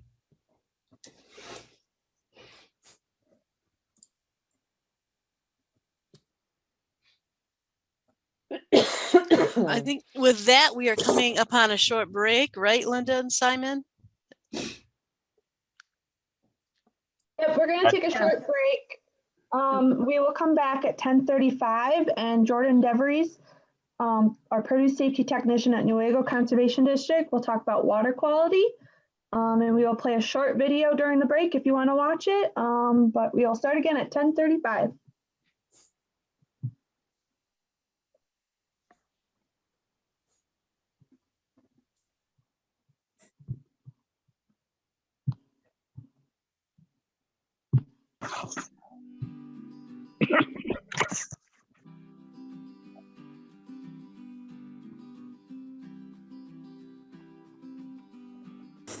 My name is Dave Smeltzer. I am a 4th generation apple and cherry farmer in Bear Lake, located in Manistee County. The thing about the verification that as I explored it more and started to really look into how this would benefit the farm, first of all, I thought the first thing that attracted it to me is the protections that it offered, all right? Because it was backed by legislation. And if you get MAEAP verified, you have a certain amount of protection and that you can use that would stand up in case you had some complaints from the neighbors or some different things that would occur. They'd say, no, here, look at these records. This is what I'm doing. This is what I've done. And there was power behind it when it was legislative as opposed to just being a voluntary program. And as we've gotten through this and we're doing this more, the thing that really has been attractive is particularly with the people, my customers, Heron Brothers Produce is where we use our fresh fruit, and Smell Stewardship Company, Matern North America, and Gerber, all, while they don't require that I be a meat verified farmer, they can say this is how many of our grower base is actually meat verified. That brings a certain sense of credibility and authority to them being able to say that, because it really is about protection of the farm and provide an environmentally protected dynamic to farming as well. Because like I often say, we have a unique story to tell here, and this is a big part of it. I found it interesting that the requirements that MEAP had, for example, keeping track of water usage, soil sampling, keeping track of my spray records, all of these things that I have to do, and it just provided an umbrella for me to keep them all together, because a lot of these practices we're all doing anyway. And then what it became is, I just condensed everything and followed their protocols for the verification. But for example, we improved our fuel tanks. All our fuel tanks came out of the ground and they're all on the surface. And I have a containment. I have a pad and a containment area, which was part of this program. My record keeping, while I don't really fulfill the spray building requirements that I need to go to the next level, but I'm working towards that. But containing, you guys were very helpful in getting some of these little containers and portable containment facilities to have underneath my shop, underneath my fuel tank, and in my spray building, in my spray containment area that I have. So all my liquids are over here and all my powders are over here. And so if there was any chance of something would happen, and you guys provided that for me and made it available for me to do. So it provides this, it provided me with an opportunity to coalesce all of these things and then, to meet the verification.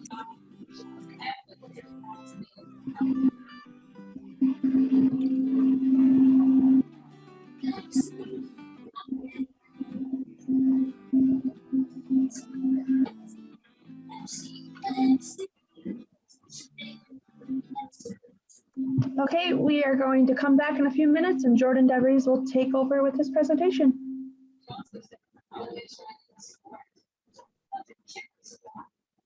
If you haven't taken the survey for the evaluation, the link is in the chat. So if you have a second before Jordan starts, that would be great if you would do that for me. Thanks.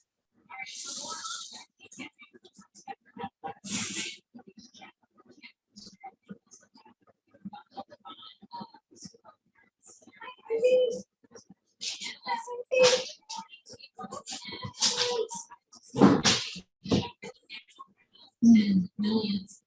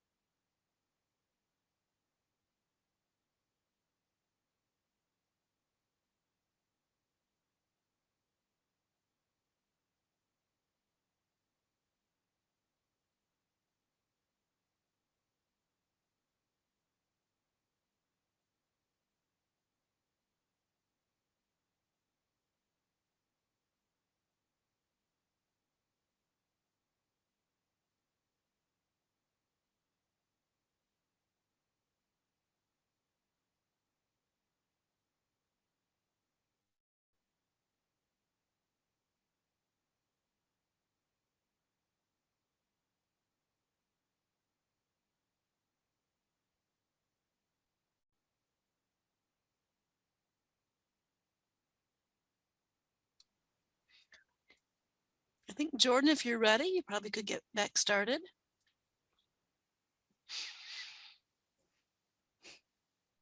Christine, I think we're having some problems with people hearing stuff. Jordan said he can't hear anything.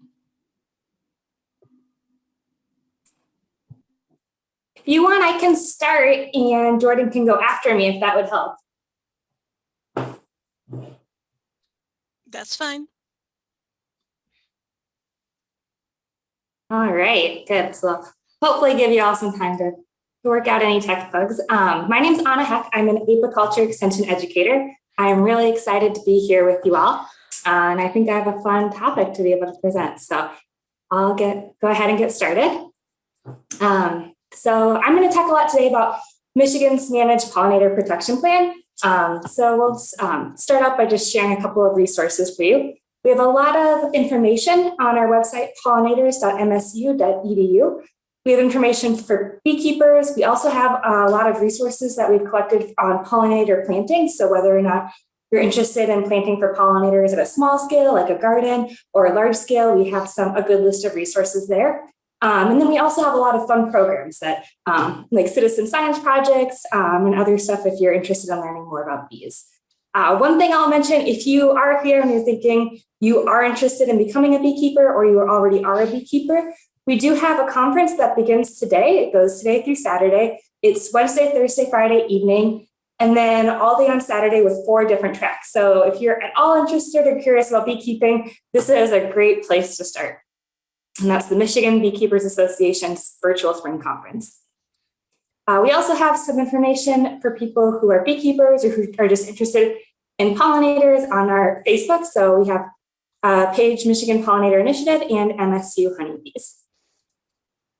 All right, so today I'm going to go over a few different topics. One is pollinator basics, and then we're going to talk specifically about honeybees. And then finally, we're going to talk about Michigan's Managed Pollinator Protection Plan and some of the recommendations in that plan. All right, so let's start with pollinator basics. So we have a lot of different pollinators. A pollinator is really just an organism that moves pollen from one flower to another. So there's certain plants, a lot of different plants where they can't move, they need an animal or an organism in order to move pollen from one flower to another. And that's what, so that's a lot of different organisms can do that. We kind of break our pollinators down into a few different categories when we talk about them. We have honeybees, which in Michigan are just one species of bees. We have native bees and other bee species, wild bee species. And then we have other pollinators. And so there's lots of non-bees that can be pollinators, but bees are really good pollinators because they have hairy bodies with branched hairs that the pollen clings to, and that just allows them to move more pollen. So we would say we have about 200,000 different species of animals that act as pollinators in the world. We're not going to go through each one of those, but about 20,000 different species of bees worldwide. And we have over 450 different bee species in Michigan. And remember, honeybees are just one of those species. So lots of different species. And pollinators are important because they pollinate our food crops. So over 90 crops in the US are dependent on pollinators. And then it's not just our food. We also care about pollinators because they're important parts of our ecosystem. So around 80% of all flowering plants need animal pollinators, and the plants that need pollinators are important for ecosystem function. So a while ago, Whole Foods grocery store helped us tell the story about what was going on with bees. The photo on the top is the produce section on a normal grocery day. And then Whole Foods removed all of the foods that benefit from bee pollination. And that's the photo there on the left, or sorry, on the bottom. And you can see there that there are a lot of different food options that were removed. And we're not worried about our honeybees going extinct. They're not endangered. We're not worried about our grocery stores looking like this. But as it's harder and harder for us to keep our bees healthy, we do worry about things like increased food cost. Our honeybees are not native to the Americas and they're not endangered. There are other species of bees that we are concerned about. There is a species of bumblebee that's now listed on the endangered species list. And there's a lot going on with bees as far as issues that they're facing. So we like to refer to these issues as the 4 Ps. So one is poor nutrition, just not having enough forage or flowers in the environment. This is a big one. So we, because good nutrition can really help our bees deal with the other issues. So we'd like to have lots of flowers, lots of food for our bees throughout the season when they're foraging. Pesticides is another issue affecting bees, and we'll talk a little bit more about that. There's also different diseases and pathogens and parasites or pests that our bees have. So for example, our honeybees have a parasite called the varroa mite that's in all of our honeybee colonies, and beekeepers have to work really hard to manage this pest and try to kill it and keep the levels low, because this pest spreads diseases in the colony. So there's a lot of different interacting issues that our bees are facing. It's not just one thing. All right, so next we're going to talk a little bit about honeybee colonies. So here, these are a bunch of beehives, and each stack has its own honeybee colony. So in each stack, there's a group of bees living in that hive. And this is a way that beekeepers frequently, or this is a style very common for beekeeping, because it allows us to inspect the colony and take care of it. A lot of times people think that honeybees can kind of just be left alone because, they're, natural, but really our honeybees we consider them more to be livestock. So just like we would need to manage other livestock for diseases and parasites and take care of it, that's what beekeeping is as well. And so here, this is a photo of commercial colonies. A lot of our commercial beekeepers keep their hives on pallets so that they can move them around with forklifts, put them on semis, and move them around the country. So in Michigan, it's really common for most of our commercial honeybee colonies to go to California in February for almond pollination, which is the largest pollination event in the world. And then a lot of times they'll either come back to Michigan or they'll go somewhere south, like South Carolina, Georgia, Florida, somewhere where it's warmer and the beekeepers can get their colonies ready for coming to Michigan. And then normally just around the time when we have like April, May, we'll have a lot of Michigan beekeepers return here, and they will do pollination contracts. So growers will pay them to keep honeybee colonies on their land for pollination services. This is common in blueberries, apples, cherries, and some vegetables.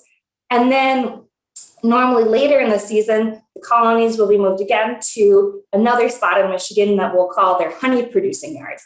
And so most of our beekeepers make money from pollination contracts, from selling honey, and from selling bees. So that's kind of a common beekeeping model. So Michigan is unique from some other states where we have pollination for beekeepers and honey producing. So a lot of the Midwest is a really good spot for honey production. And then finally, some of our beekeepers will winter their colonies here in Michigan, especially in sheds, or some of them will move them down to a southern yard where it's warmer before heading back to California for almond pollination. So that's just kind of the cycle for a lot of our large-scale commercial beekeepers. We think we have about 100 of these large-scale beekeepers. And then we also think that we have about 10,000 small-scale or medium-scale beekeepers in Michigan. These are just guesses, though, because we don't have a registration. So in the honeybee colony, we have the queen, the drone, and the worker. So workers are females. They have a stinger. It's barbed, so once they sting, it sticks in your skin. The drones are males. They don't have a stinger, and they are in the summer, about 5 to 20% of the bees in the colony are male drones. They get kicked out for the winter. And then there's the queen. And there's normally just one queen per colony. She does have a stinger, but it's not barbed, so she doesn't die when she stings. And it's very, very uncommon to be stung by a queen. All right, so here's a photo of a queen. You can pick them up if we want. And I talk with sometimes school-age kids, and everyone's curious about the queen because she has the coolest title, but I think she has the most boring job because really her job is just to lay eggs. So in the middle of the summer, she can lay 2,000 or more eggs per day. And those eggs develop into larval stage. This is what we call open brood. And then we have the pupal stage or sealed brood. All right. So here we have sealed brood or developing, And then at the top of the frame, we have honey. So the bees use the hexagon comb for raising brood, for storing pollen, and for storing nectar, which is really high in moisture. The bees dry it out, and once it reaches a low moisture level, that's when we call it honey. So our drones, their goal in life is to mate with a queen normally from another colony. So they just go when the weather's nice, fly, hang out in a spot in the air, and wait to see if a young queen finds them to mate with. And if they're successful, they'll die within a few hours of mating. All right, and then we also have our worker bees. And most of the bees in the colony are going to be female workers. They have a very appropriate name because they do a lot of work, and the jobs that they do depend on their age. So the younger adult worker bees are going to do the in-hive tasks, like feeding the developing brood. They're going to clean the wax cells and then take care of the queen and feed her. The older worker bees are going to be the ones that forage. So they will gather nectar from plants. Honeybees will fly 2 miles or more from their hive for food. And this is a distance that's longer than some other bee species or further. They'll also gather pollen. So nectar is really an important source of energy. It's carbohydrates, it's sugar. They need it for flying. The older bees need it. And then they also need it right now for surviving the winter to generate energy and heat. The pollen is really important for development and growth. So beekeepers or bees bring pollen back to the hive. And this is really important because it's fed to the young developing larvae, and it's important for an important food source for the young adult bees. The thing that's really tricky about pollen is that it binds to a lot of pesticides. And so this is one area where it's really hard for beekeepers because oftentimes our honeybees are exposed to low levels of pesticides that lead to some chronic or sublethal effects. So here you can see pollen in the comb. There's a wide variety of different kinds of pollen, which we get to see as beekeepers. And they'll also gather water from outside of the hive. All right, so next we're going to jump into our Michigan Managed Pollinator Protection Plan, now that you know some of the basics about pollinators and honeybees. So the President's Pollinator Health Task Force created a national strategy to promote the health of honeybees and other pollinators in 2015. And the EPA then released a proposal to mitigate exposure to bees from acutely toxic pesticide products. And this changed product labels for pesticides that are acutely toxic to honeybees to require additional restrictions. And it also encouraged states and tribes to develop plans that protect managed pollinators not covered by the new label restrictions. And these are called Managed Pollinator Protection Plans, or MP3s for short. So Michigan has a Managed Pollinator Protection Plan. It's on our website. We can send it. You can feel free to email me if you want the link, if you can't find it. It is considered a living document. So if you do have feedback or suggestions or thoughts, you can feel free to share those with me. But this is a really good document that outlines a lot of strategies for trying to protect pollinators from pesticides. It focuses on communication strategies because that's really where we see a lot of opportunities. And the managed pollinator protection plans really focus a lot on managed bees, which most of the time are going to be honeybees. Those are the bees that are most commonly managed. And one thing that's kind of special about honeybees is that they can be really big in size. Their colonies in the summer can be about 50,000 bees. Not all of those bees are going to be foragers, but it does allow us to bring in huge numbers of bees or pollinator force for pollination and then take them away as needed. So that's one reason why we focus a lot on managed pollinators, but it's really important also that we're thinking about the other bee species, especially since some of the label requirements are really just testing acute toxicity to honeybees and not the other species of bees that might be in the fields year round. So if you want to find that Managed Pollinator Protection Plan, you can go to pollinators.msu.edu, click Programs at the top, and then Pollinator Protection Plan. And so some of the work we've done as part of this Managed Pollinator Protection Plan is education for certified pesticide applicators. So we wrote a chapter in the Michigan Commercial Applicator Core Manual so that we people who are studying to become pesticide applicators would have some basic information about pollinators. And this is also information that we've shared with other states who are interested in doing similar work. We also do presentations at recertification credit clinics, either in person or virtually like today, to talk with people about pollinators so that they know more and can use that information to inform the decisions they're making. We also focus some of our work on home gardeners and the public. So we have a trifold brochure that we developed for people considering using pesticides in home gardens. And we also have some educational programs. So we developed a course, it's called Pollinator Champions. It's a free online course. It takes maybe, we say like 6 or so hours to complete, but it depends a little bit on your pace. It is self-paced and you don't have to do it all in one sitting. And it has a lot of information about the different types of pollinators we have, what issues they're facing, how people can help. And it also is pretty interactive. There's some fun little activities there. If you're interested in taking it, the course itself is completely free. You can, after taking the course, apply to be certified, and that just requires a $30 fee, and we'll give you some information and presentations that you can use to go talk with other people about pollinators. I also lead a national group of people who work on these managed pollinator protection plans, and this is a great way for us to share resources. We figured out that a lot of states are doing similar projects, and it's just helpful for us to be able to work together instead of work separately. And we're also working right now on developing an online course for pesticide applicators about pollinators. So that's something that we hope to be able to share with you in the future. And so we have over 12 states represented. These are people who are apiary inspectors, extension educators, people who work at departments of agriculture, who are interested in this idea of how keeping pollinators safe from pesticides and just supporting their health overall. We're also here in Michigan working on some crop-specific pollinator stewardship guides. And so these are non-regulatory recommendations, and they are, we realize that in Michigan, unlike some other states, that because we have so many diverse crops that our recommendations needed to be specific to this industry.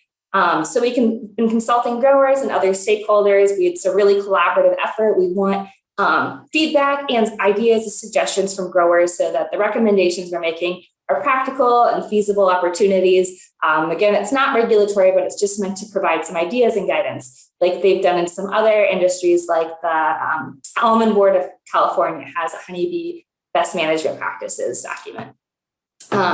So we started with the blueberry guide because a lot of our honeybee colonies pollinate blueberries. And this is also an issue where it's tricky for beekeepers because we tend to see really, it's very common to see this bacterial disease called European foulbrood in honeybee colonies when they're in blueberry pollination. We see it also outside of blueberry pollination too, but it just seems from hearing beekeeper experiences that it's much more common in blueberries, and that's kind of where a beekeeper, a bee researcher I work with here has focused a lot of her research. So this is a photo of developing brood, and you can see that like brood should look nice and white and pearly for the open brood, but here we're seeing a lot of larvae that look brown and sunken and kind of melted, and those are brood that won't survive and they're sick from this bacterial disease.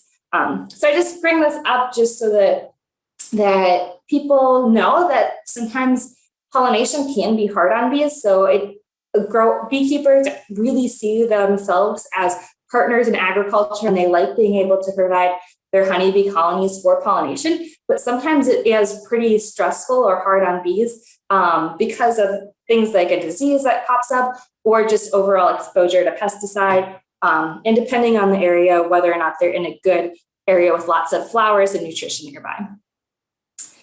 So if you are someone who gets these honeybees for pollination, here are some of the suggestions we would make or recommendations. One is using integrated pest management strategies to reduce pesticide exposure to bees.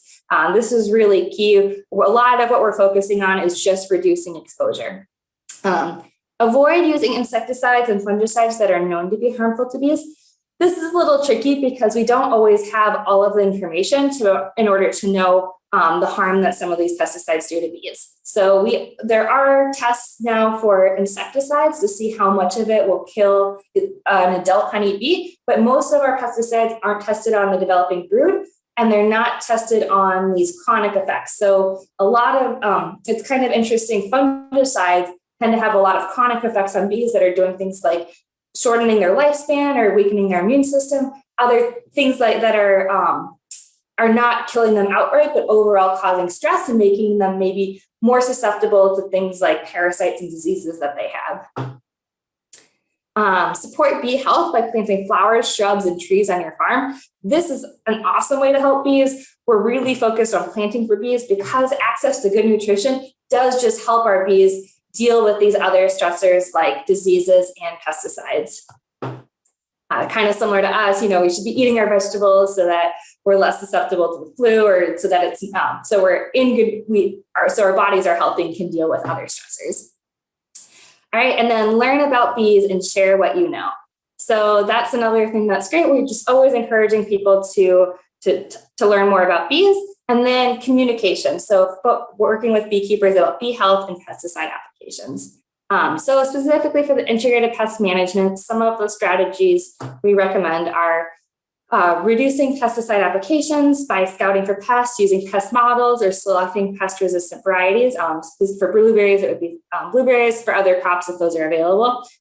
Avoid harmful combinations like tank mixing and adjuvants and surfactants. And this is a hard recommendation because I know that economically it's much more, it makes a lot of sense for a lot of growers to do these tank mixes to save time and money doing multiple applications. But tank mixes can be really hard because sometimes the pesticides are interacting with each other and we don't have data to know how those affect bees, or sometimes we do have data to know that they actually can make two individual pesticides that are not really harmful to bees. Once they're mixed together, they can really, there's a synergistic effect and they can be very harmful. Another thing is avoiding adjuvants and surfactants because those penetrate the bee's cuticle and can make, even on their own, they can kill bees. And then avoid pesticide exposure to bees. So ideally just trying to minimize the amount of minimize a bees coming into contact with the pesticide. So spraying when bees aren't flying, especially at night or in cooler temperatures, when the wind speed is low, when it's not going to drift onto some of the weeds or flowers that the bees might be foraging on. And that also includes sometimes mowing flowering weeds that may be exposed to drift. I always feel like this recommendation is a little bit counterintuitive because we talk so much about having flowers for bees, but if your flowers are right next to where you're applying pesticide and they're getting exposed to those pesticides, it's just better to mow those flowers so that the bees don't visit them. And then applying pesticides with accuracy and precision and following the label. So we do have some good graphics and information about reading the label and where you'll find information specific to bees. And then we're also saying, avoid using pesticides known to be harmful to bees. So again, we don't always know. I know a lot of growers have really good intentions and they'll say of these pesticides, which one is the safest for bees? And we don't always have enough information in order to tell you that, which is difficult. But one really helpful tool is the University of California Agriculture and Natural Resources Statewide Integrated Pest Management bee program, bee precaution pesticide rating. So for short, it's UCIPM, and they have a bee precaution ratings. And this uses presents data that we have for different pesticides and gives pesticides ratings based off of their known effects to bees. And so for some crops, we're working on developing specific recommendations of which ones we think are less harmful or more harmful, like you can see here for blueberries. So again, really encouraging people to communicate with beekeepers, discuss expectations, consider a contract.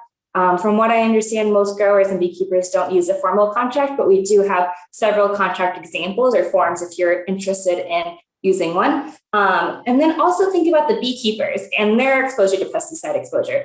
So a lot of times beekeepers are working in these colonies when they are in their pollination yards, and I would be really concerned about beekeepers also getting exposed to a pesticide application. So having that communication and talking about when you're applying pesticides is important.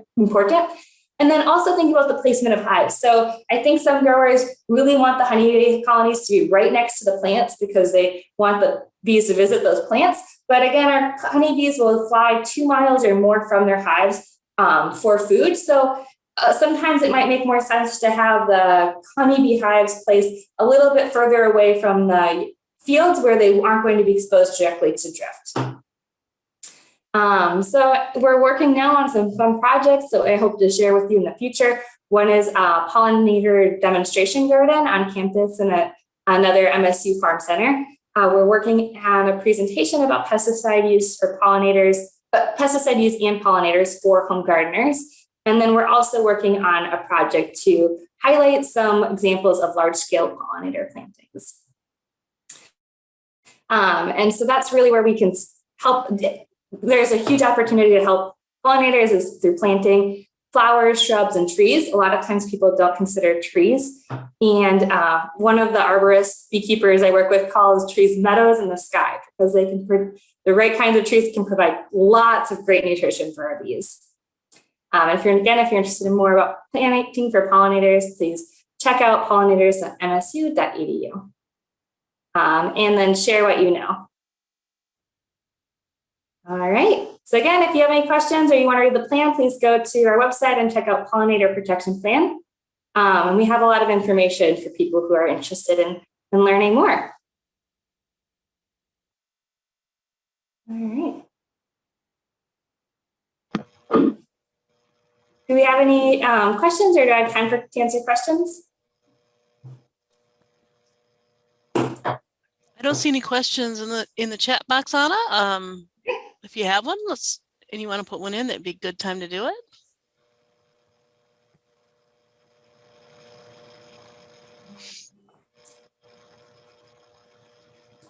Great. Well, I'll stick around. If you have any questions, feel free to just put them in the chat or the Q&A, and I'll try to type and answer them. I always like talking about bees, so any questions you have will be fun for me to answer. Thanks a lot, everyone.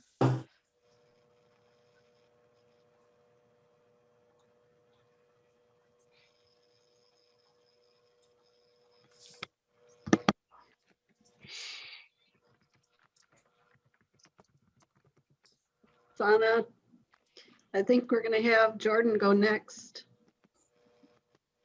Jordan, sounds great. Thanks, everyone. Thanks, Anna.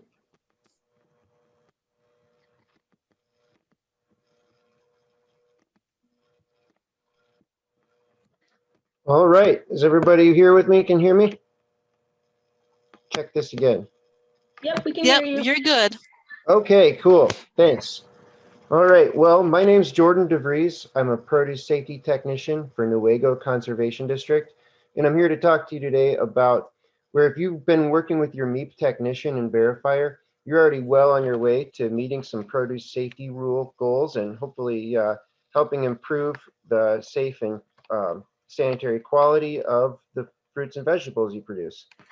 Quick note about our program here. The Michigan On-Farm Produce Safety Program has been around for about 2 years now. It's a partnership between MSU Extension, produce safety technicians with Michigan Conservation Districts. There are 6 of us across the state, as well as MDARD and their FSMA unit. The produce safety program offers a risk assessment that's a lot like the MAEAP farmstead risk assessment, but for produce safety for farms growing any fruits and vegetables, not just those covered under the FSMA produce safety rule. Like MAEAP, it is voluntary, free, and confidential. We offer a 3-year certificate. The review is done by the technician. There is no verifier at this time. And we have a logo use agreement where you can be able to use our logo if you become certified on any apparel, signage, as well as packaging that you might put your products in. We have an on-farm readiness review that we do with MSU Extension staff that helps farms get ready for an upcoming inspection, as well as calibrate their efforts through gaps and things like that to the FSMA produce safety rule. There are some differences that are subtle, but really it's in scope as well as application. Often farms are a little bit surprised with those produce safety rule inspections because a lot of it is interviews of the farmer, not necessarily going through the paperwork and records. So we have a lot of great educational resources that we produce through the on-farm produce safety program. We've got two distinct websites. One is the technician website, MIOFPS.org. We also have a Facebook page there.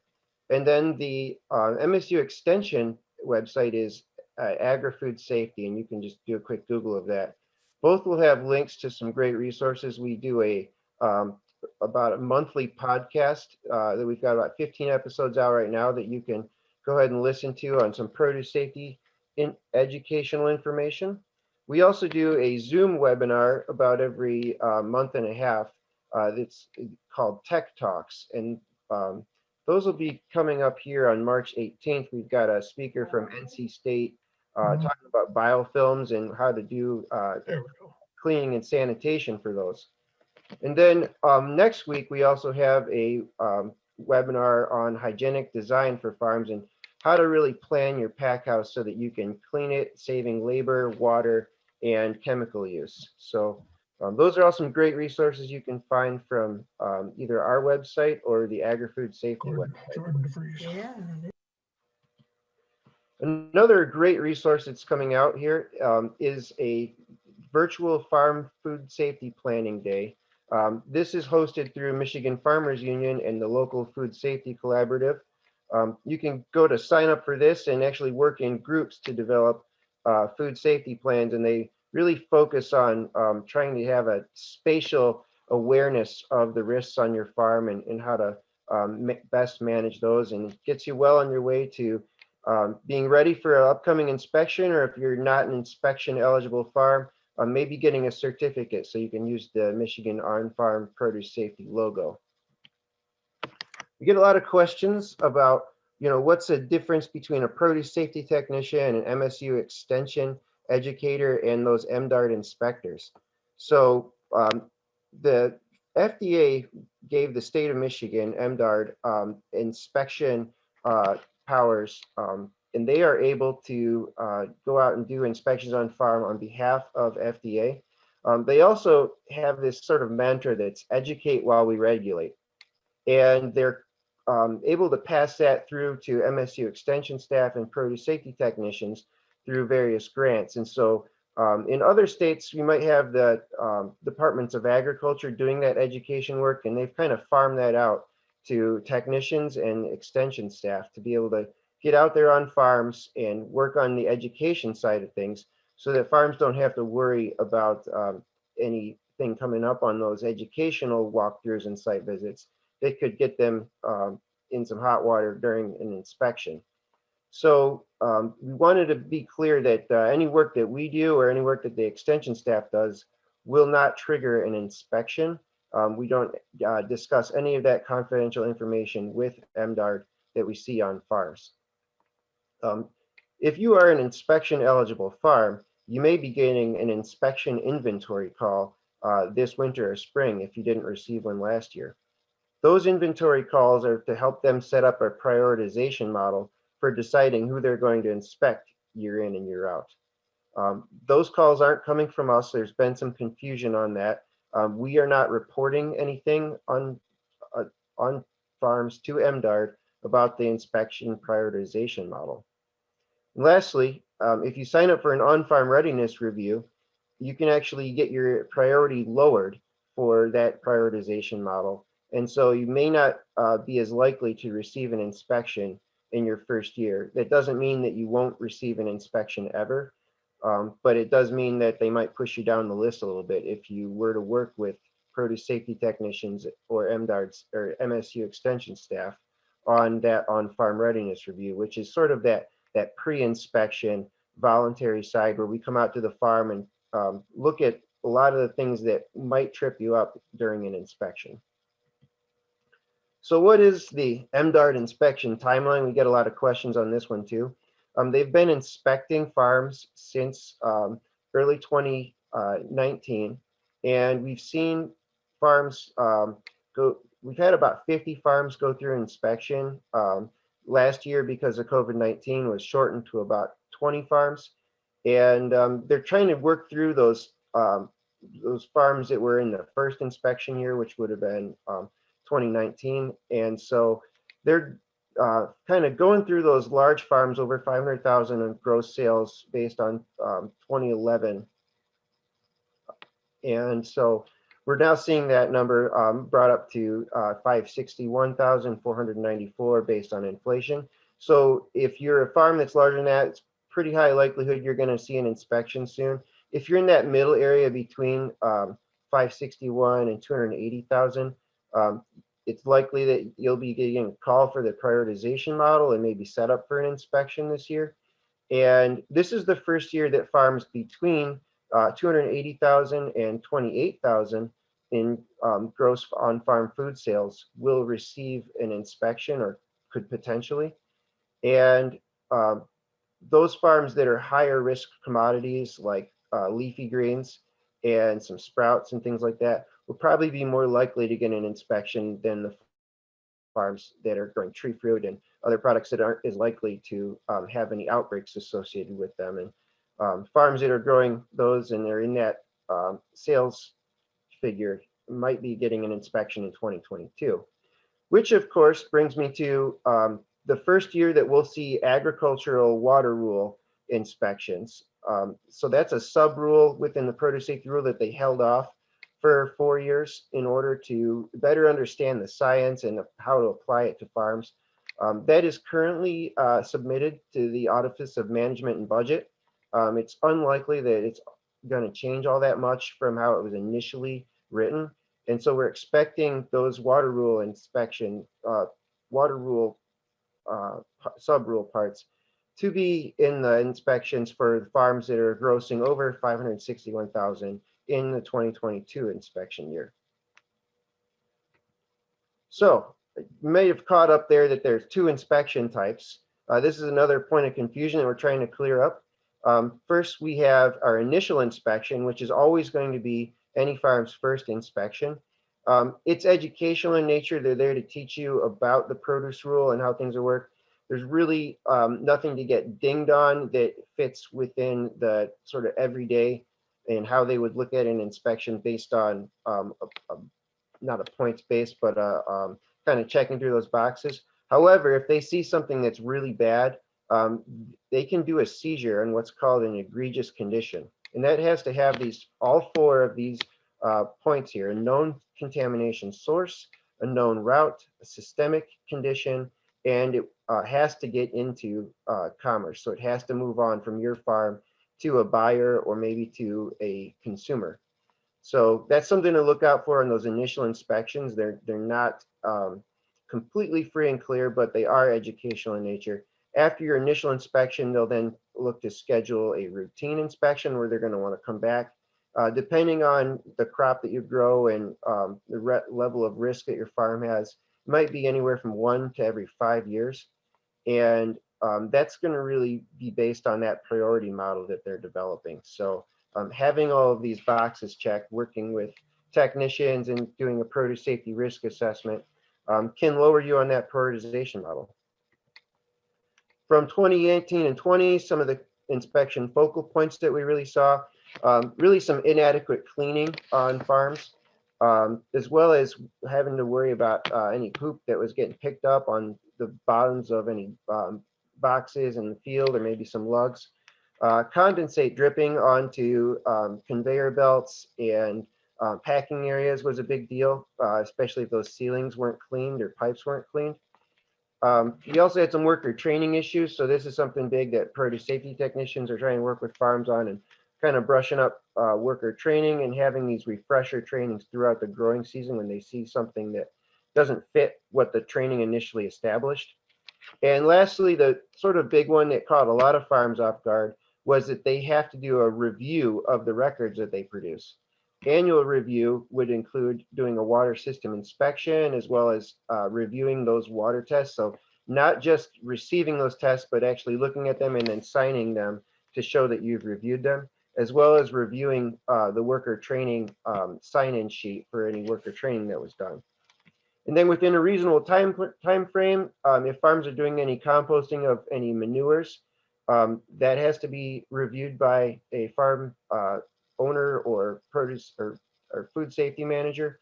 And then the big one is those SOP logs, records for doing any cleaning and sanitizing, which includes the cleaning and sanitizing of facilities like bathrooms. They want to see a dated review of a authority person on the farm for those, and that's something that really wasn't happening in the last couple of years. So we've got an extension for these water rule compliance dates. This is right around the corner, so I thought it was worthwhile to discuss this and as it fits your farm. We've got it for next year for those farms grossing over 500K in total farm food sales. And we'll see the subsequent scales of farms in the following 2 years. So one of the big things that we're trying to educate farms right now on is getting your water tested and start establishing a couple of practice tests in this year of the last year of non-compliance for farms where you don't have to comply with the water rule. So ideally, we'd like to see 2 to 3 practice tests for a farm that's using well water. And if the farm is using any surface water sources, maybe up to 5 practice tests. Because when we get into our coverage years, this is for farms that would be grossing over 500,000 sales on this table. We're really going to want to see those tests being front loaded, because if we find any problems, you want to be able to fix them with either adding more tests in or understanding what the issue is before you get into 2025, which is your first year that you have to comply with your microbial water quality profile. If that profile is over the allowance for generic E. coli, you could find yourself having to do a corrective action, or sometimes not harvesting for raw and having to send your product to a processor if it doesn't meet those standards that are set up in the produce safety rule. So we'd like to see farms do practice tests not only for being able to identify any contamination issues and help solving them before we get into the compliance here, but also to learn aseptic sampling techniques so that any maybe bacteria or E. coli on their hands or that are touched while they're working with the sample bottle don't end up being as part of the test. And we get a lot of farms that work with some labs that don't do a presence, or that don't do a numerical quantified test, and they're going to give you presence absence values. Often the detection threshold for that is 10 colony forming units per milliliter sample. And so we have to report that as, even though it may potentially be a non-detect, we have to report it as 10 CFU when we start to develop the calculations for the water quality. How do you find a lab? Well, this is a great resource on the Agri-Food Safety website by MSU Extension.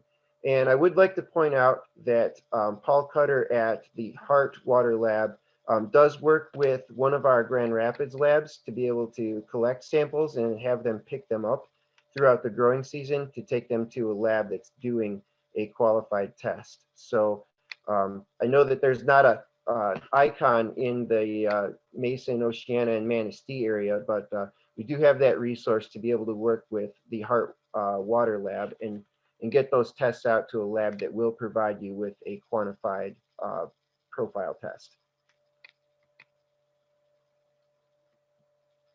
So one of the corrective actions here that is a hot topic right now, because out in Arizona and California, the Leafy Greens marketing agreement is requiring growers to actually go out and treat their water with a disinfectant prior to application. And we get some farms that are looking at doing that here in Michigan. So here's a couple of the options that can be added to the irrigation water or any crop protection spray water for being able to treat it and meet a safe and adequate standard for the produce safety rule if that water does return a test value that's higher than the standard they've applied. We often see chlorine dioxide gas being used. That's probably the most common. Hydrogen peroxide as well. If you use a UV light system or an ozonator, we want to have some validation on those so that we can go through and attest that they're working. And we also have some ultrafiltration units that are new, some new technology there that's also being applied. If you're doing any chemical treatment, it's important to note that there is no EPA approved chemical treatment for irrigation water. You're not going to find that on the label. However, there's an exception being applied currently that you can use it as long as you do not exceed the concentration limits that are set up on the label for fruit and vegetable washing.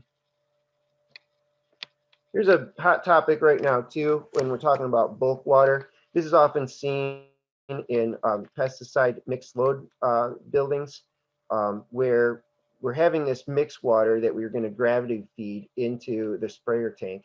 And unfortunately, FDA is saying that those containers would meet the surface water designation.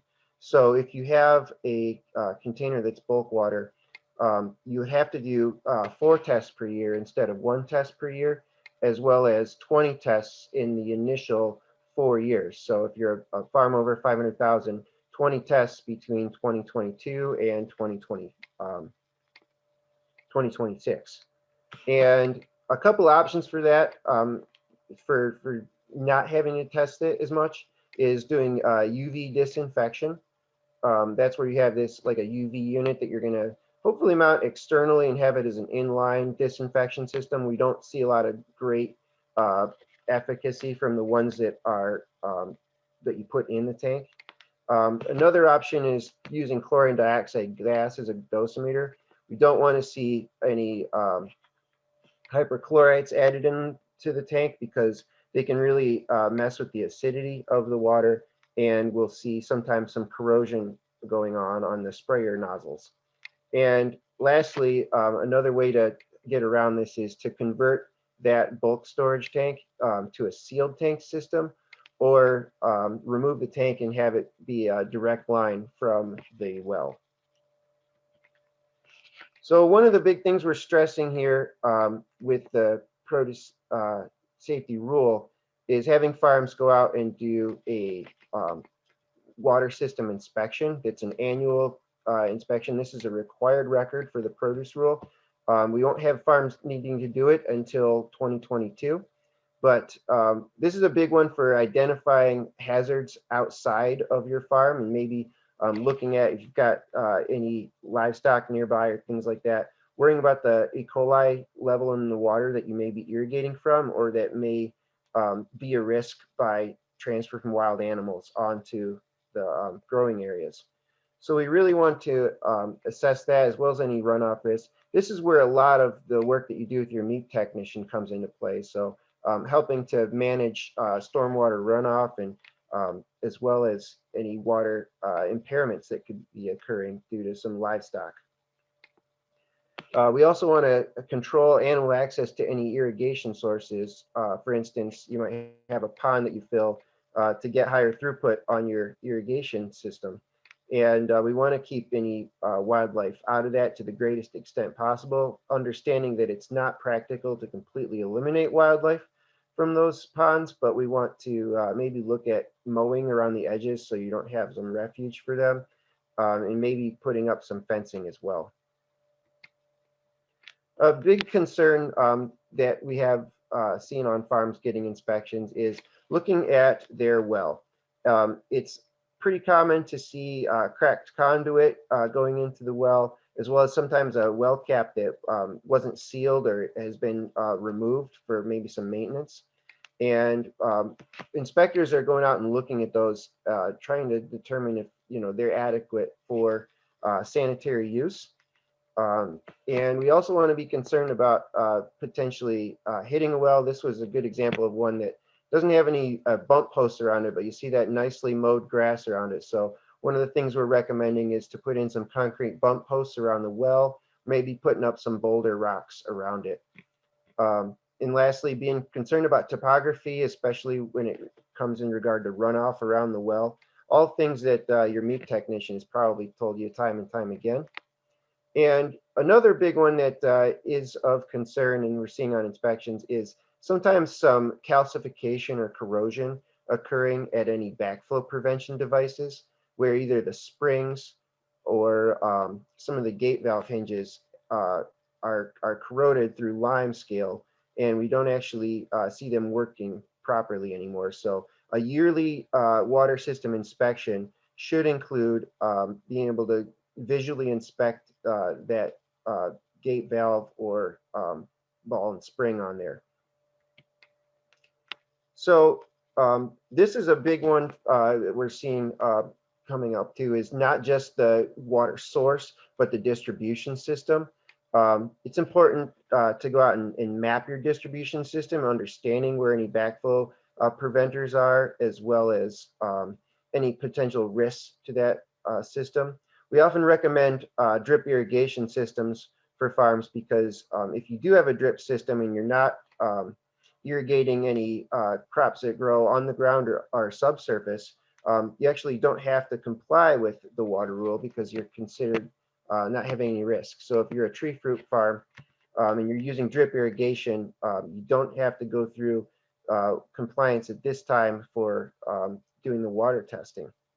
It's a great thing, but we sometimes see where some mice or voles will chew on those drip lines. And so we want to have an annual water system inspection to make sure everything's working properly. And it's a good thing also to look at water sources and make sure that there's not any debris or trash that could be a hazard on those. So backflow prevention comes up a lot on produce safety inspections. And we're not looking at it just from a standpoint of contaminating the well, but also any backflow that could occur in a wash pack area that would potentially contaminate any sinks that we're using for washing. So sometimes we get a flow obstruction in our backflow system, and that can cause our either pesticides or maybe even our sanitary sewer to back up into produce washing areas and tanks that we're filling. So that's of principal concern for a lot of farms being inspected. One of the easiest ways to control backflow that we recommend on farms is just keeping hoses elevated. This is something big that kind of triggers some hairs for the inspectors, is looking at hoses on the ground and being concerned that there's some contamination that could occur at the spout. So definitely a concern there. And one of the other ones for backflow concern is a fertigation system. A lot of farms doing a small scale fertigation have one of these MAEAP injectors that's going to be working off a Venturi principle. And a lot of times if you just buy it direct from a supplier, they're not going to have a backflow system in there. These valves are not ball valves or gate valves. There's no check there. So we want to include a check valve on these to ensure that any water that is coming in through the injector, or any fertigation sources coming through the injector, are not being a potential hazard to the irrigation supply water. And one of the things too that we see on farms that are maybe looking at being compliant with the National Organic Program are using like fish emulsion and maybe some wettable powders that are bone meal, feather meal, or blood meal. And we want to have a certificate of compliance for those, that they're basically free of generic E. coli or any potentially harmful pathogens. Because if those are exposed, they can sometimes get some pathogen growth in them. And lastly, fertigation tanks, we've seen this on a few farms that are left in growing areas, are a potential attractant for wild animals. And of course, that means feces in growing areas. So we want to have those be a one-time use where you're going to go out and set up your fertigation supply while you're out there in the fields and operating, and then put it back in the tractor or truck and take it back to a secure location with you, not just leaving that tank out there in the field. A big one that's of concern as of late are what do we do with the water that drains out of our wash packs? We're of course aware of controlling runoff from any chemical filling in our spray sheds. But this is another big one that is not only a risk for hazards for pathogens, but also we sometimes in produce washing, we get a high biochemical oxygen demand that if this is just draining to a ditch or maybe a pond or something like that, can result in an algal bloom or sometimes a bacterial growth that can maybe kill some fish and other wildlife. So we want to see this being a sanitary drain setup, trying to have them planted so that they go out and are providing some nice water for drainage. This is an ideal drainage system here.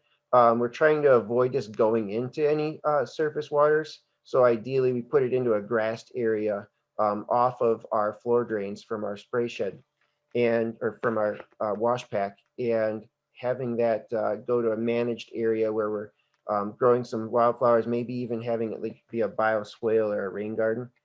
And we don't unfortunately have application rates from some of our sanitizer chemicals. So we're really trying to get this as dilute as possible before potentially entering any county drains or other surface waters of the state. Here's some examples too of managing floor drains so that we're not having any potential environmental risks of using a landscape fabric and developing a nice French drain there, and having this maybe sometimes go to like a wood chip area so that any pathogens that are in that wash pack discharge water are going to be killed off by some of the natural bacteria and fungi in the soil. A big announcement here is that we're also having a groundwater discharge permit for farms that are going to be discharging any water from their wash pack. We worked with Eagle to develop a exemption for produce washing that hasn't been there before.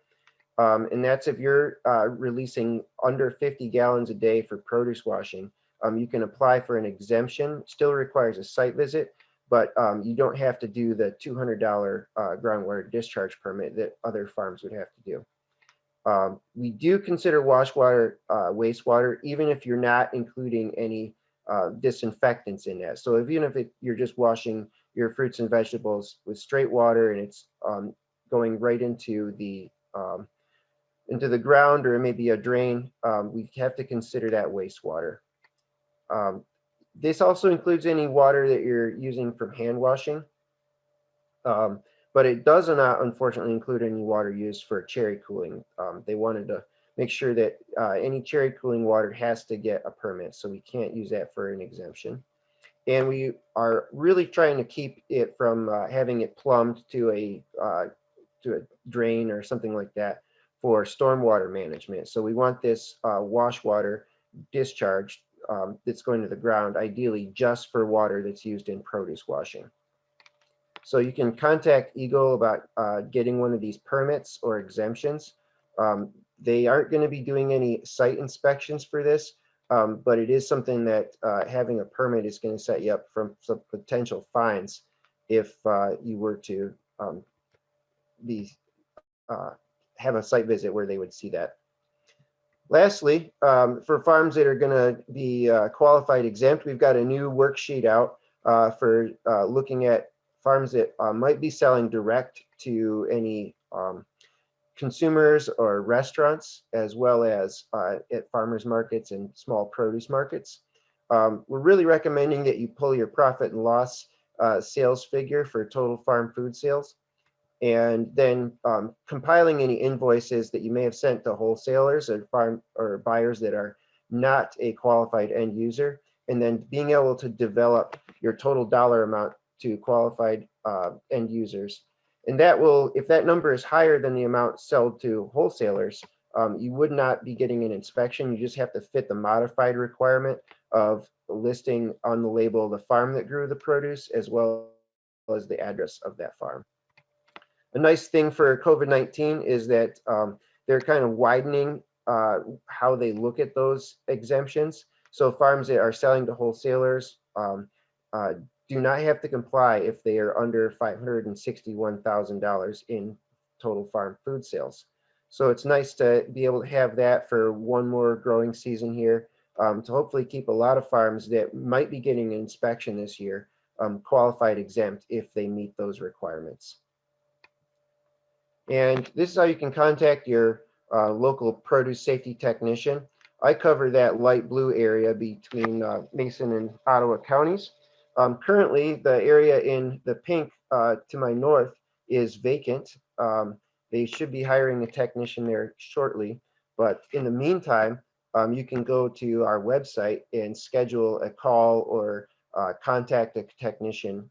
They can help you and hopefully get any questions answered that you may have in the meantime.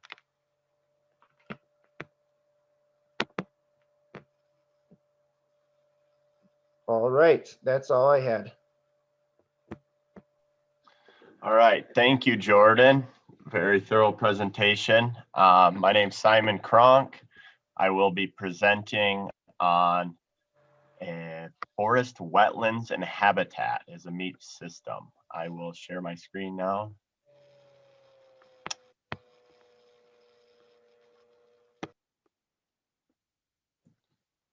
Oh, I gotta change this. I'm sorry.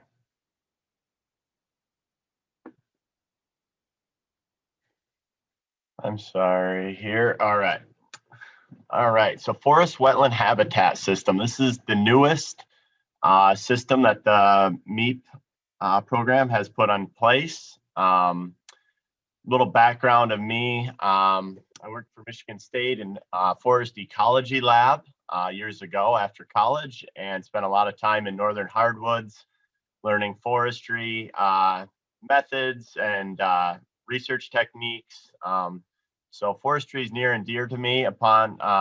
Also with agriculture, I enjoy getting out and looking at the non-agriculture lands that some growers have on their properties and assessing them and finding ways to connect them to potential natural resource professionals and programs that help address these next few things. So with this system, the importance I find in this is that it promotes sustainable forestry practices. And with this, oftentimes landowners are interested in having some timber removed from their property and don't really have an answer or know how to go about this. And contacting your local conservation district first and foremost before talking to a logging company directly is something I can't stress enough. And from there, additional protections and improvements to wetlands on your property, putting a focus on the riparian areas, creeks, wetlands, river banks, lake shorelines, things like that, to prevent disturbance or destruction to some of those sensitive areas. Restoration of wildlife habitat. Could talk. And the big thing with this is a walk and talk on your land. And I think there's huge value with any of our panelists today, if getting a chance to get them out and be able to talk about your property. And protection to air, water, soil resources. Soil maps are huge. Look at the soil profile complexes. Water resources, water sampling, that's kind of overlap with some of the agriculture practices that we use. Forest health issues. We have quite a bit of experience with this, and I do as well with some of the new pathogens that are coming into West Michigan forests, northern lower peninsula forests, and upper peninsula. And we can shed light on those and resources and places to direct you to. Probably the biggest one, invasive species ID and management. This is I have more on this as to come, but and with all of those factors, your land value is going to increase. You know, being in the recently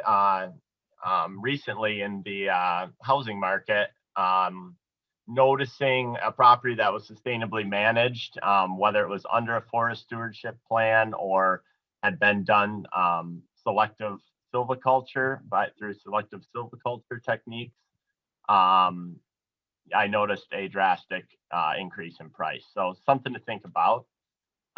Requirements. So you need to have non-agricultural forested acres on property. We don't have a size minimum for this, but there is one kicker that needs to be in place for the meat forest wetland habitat verification for us to be able to verify you. So there's a lot of references to land management plans, LMPs, and there are a couple facets of them, either through NRCS, MDARD, other natural resource services, but the most common and probably the most thorough and most recommended would be the forest stewardship plan. So we need one of these in place on your property.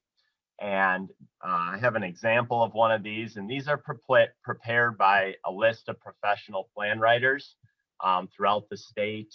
There's many in my area, in all of our coverage area, and I'll share how to connect with one of those shortly.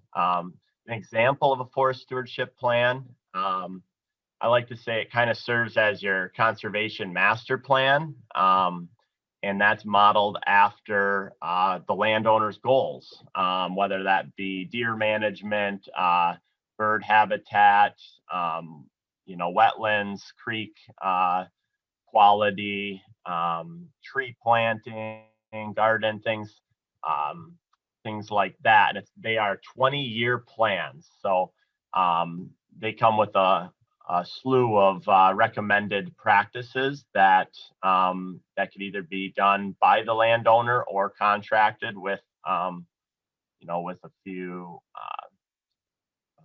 connecting to folks. So, and also cost share monies are available to hire a plan writer through NRCS programming. We're going to hear from Jerry next, who is an NRCS conservation technician. But with that being said, there is a cost to getting a forest stewardship plan writing, being a private landowner. But I find them very valuable. And if you care about your forest, care about your property, and want to have a great conversation with a professional, I encourage everyone to get a forest stewardship plan in place.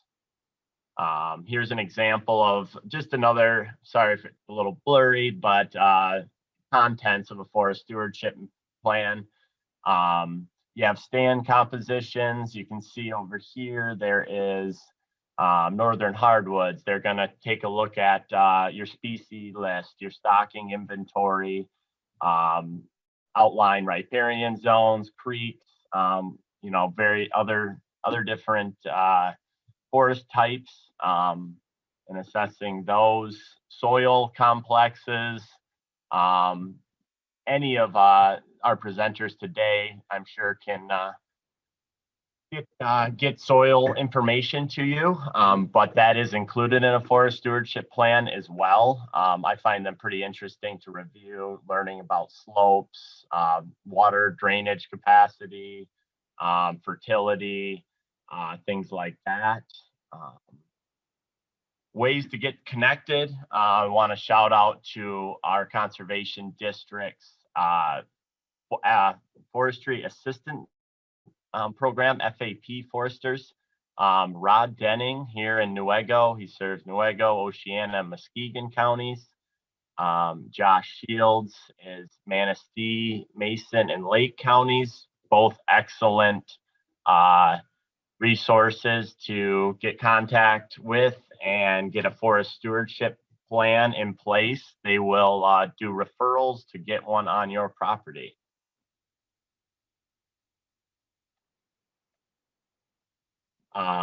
If you do have a forest stewardship plan, which is a great way to get on your property for MAEAP and the Forest Wetland Habitat Program.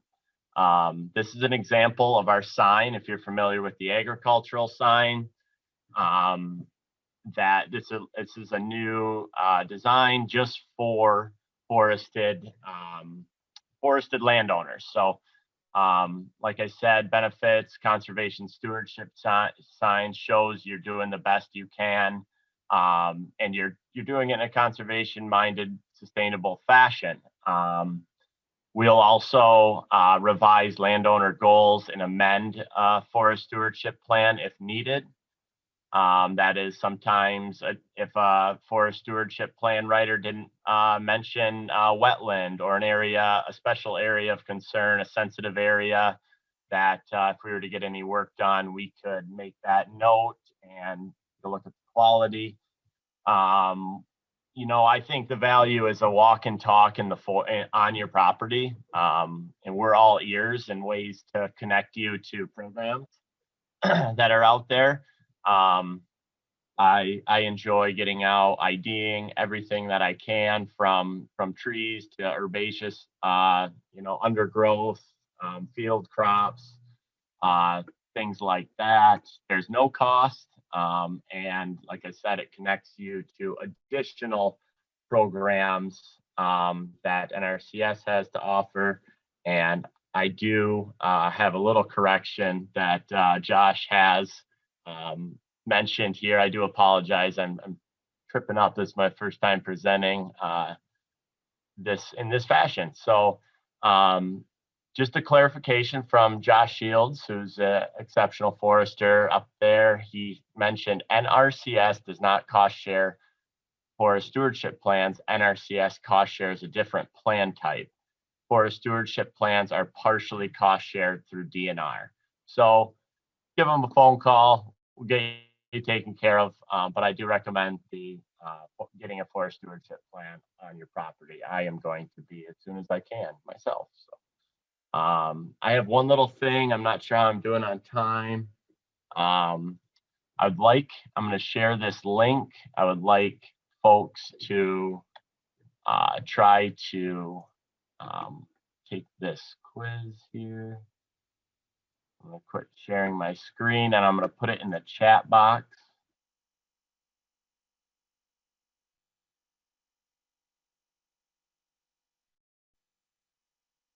And this will be just a fun photo ID quiz of invasives common that I see on your property. I'm going to put it in the chat. Take it at your leisure. And you can view your results. I will get a little feedback. I won't have your names or anything. It's just common invasives I see on properties, and it's a great way for folks like myself and all my colleagues here to come out to your property and talk some resources that we could get to you. So with that, I will share my screen one more time and get back to this.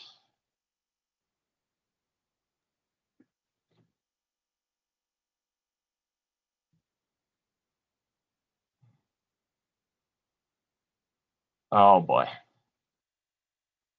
Mobile apps. I think these are fun. I use iNaturalist often. I encourage folks to download it, take some photos, explore the tool.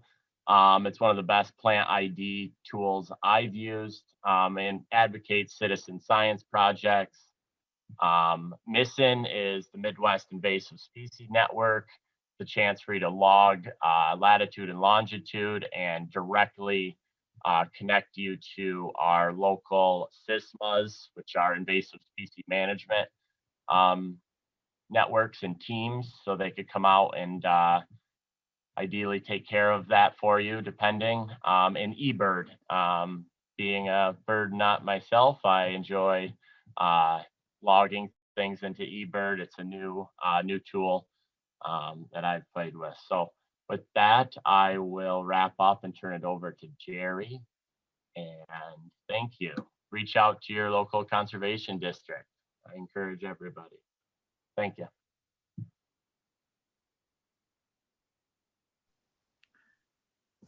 All right, thanks, Simon. Let me just bring up my presentation real quick.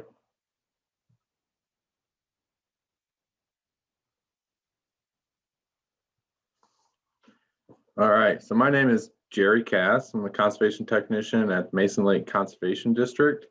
I just want to go over a few of the National Resource Conservation Services programs that are offered. So the NRCS, as we like to call it, because everything has an acronym when you're dealing with the federal government, has the Farm Bill of 2018 has given NRCS the ability to offer some financial and technical assistance to landowners. And these are the programs that allow us to do that. I'm only going to talk about the first two. That's the Environmental Quality Incentives Program and the Conservation Stewardship Program. These are the two programs that we use the most, and let's get into them. So EQIP, again, another acronym. This is going to offer financial and technical assistance to agricultural producers and landowners. So it's not just for agricultural producers. Landowners can do this too. And basically what we're doing is we're going to offer you assistance with conservation practices that solve a resource concern that you have on your property. So a lot of practices we do are like cover crops, tree and shrub establishment, conservation cover, which actually is like a native grass and wildflower planting that we like to do. You got a lot of autumn olive or another invasive species. We can get rid of that through a brush management program we have. And all these programs that are listed here are actually cost shareable through EQIP. Certain plans, like a nutrient management plan, actually gets a guaranteed funding and a guaranteed 100% cost share, which is nice for agricultural producers and growers.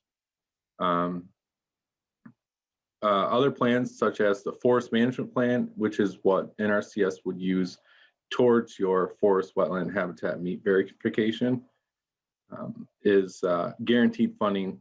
The cost share is not quite 100%. So keep in mind that cost share for these is a set fixed amount, not a rate. So depending on how you go about completing these practices will determine what percentage we're actually covering.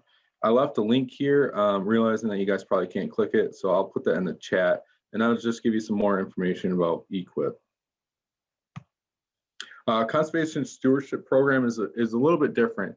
Conservation Stewardship Program is actually going to be a 5-year contract with NRCS, and it pays for improving on existing conservation practices.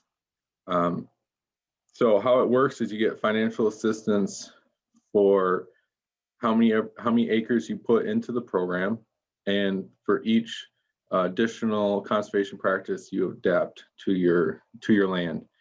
A lot of people do cover crops, conservation tillage. You want to improve your soil health. These are great programs for that.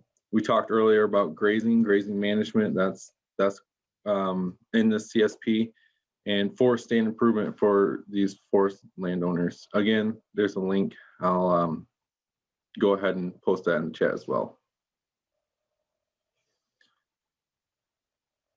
So I'm just going to be a real quick presentation here, but go ahead and contact your local office. Each office will have a district conservationist in it, and they actually work for NRCS, whereas I actually work for the conservation district. A little bit different, but feel free to call me with any questions you may have.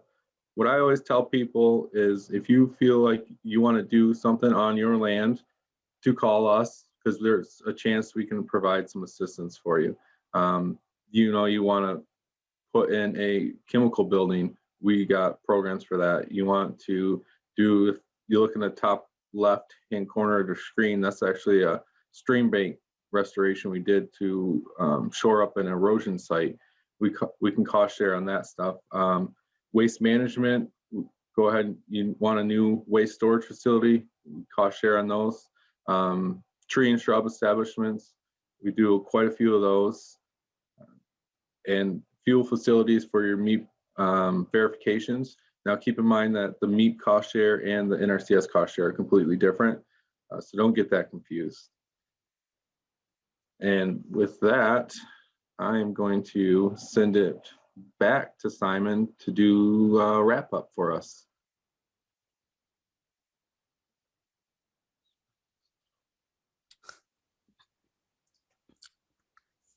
While Simon is getting ready, I did put those links in the chat box that Jerry was talking about.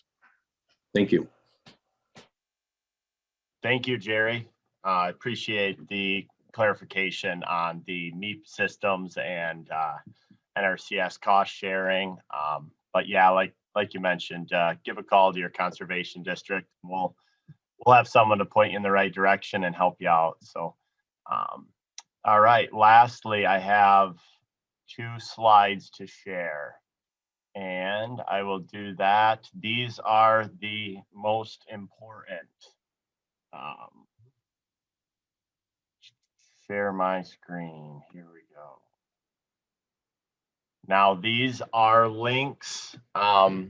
If Christina, I might have to share them, but for the first link is RUP credits. We have up to 3 RUP credits. So we need you to fill out this form.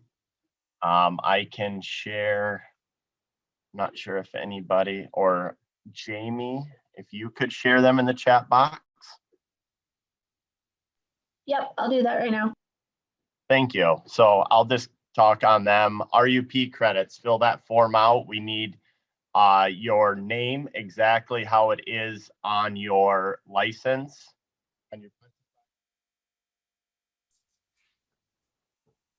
Additionally, if your name or you are in a group today with multiple participants under one name, we need some clarification of who all was in attendance in order for you to get credit. So we need the name on the credit form to match that your attendance submission here today.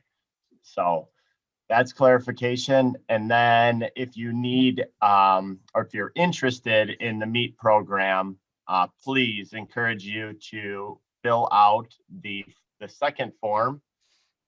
This will be a way for us to contact you appropriate to your location and connect you with the right MEAP technician.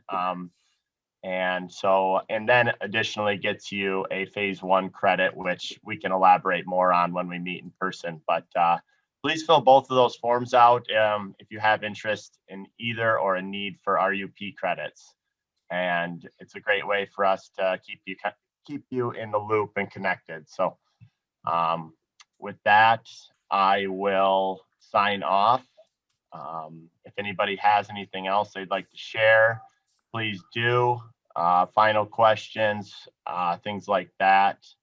And again, I want to say thank you and well done to all my panelists and all the attendees. It was overwhelming success. So, and yeah, thanks for all the hiccups along the way.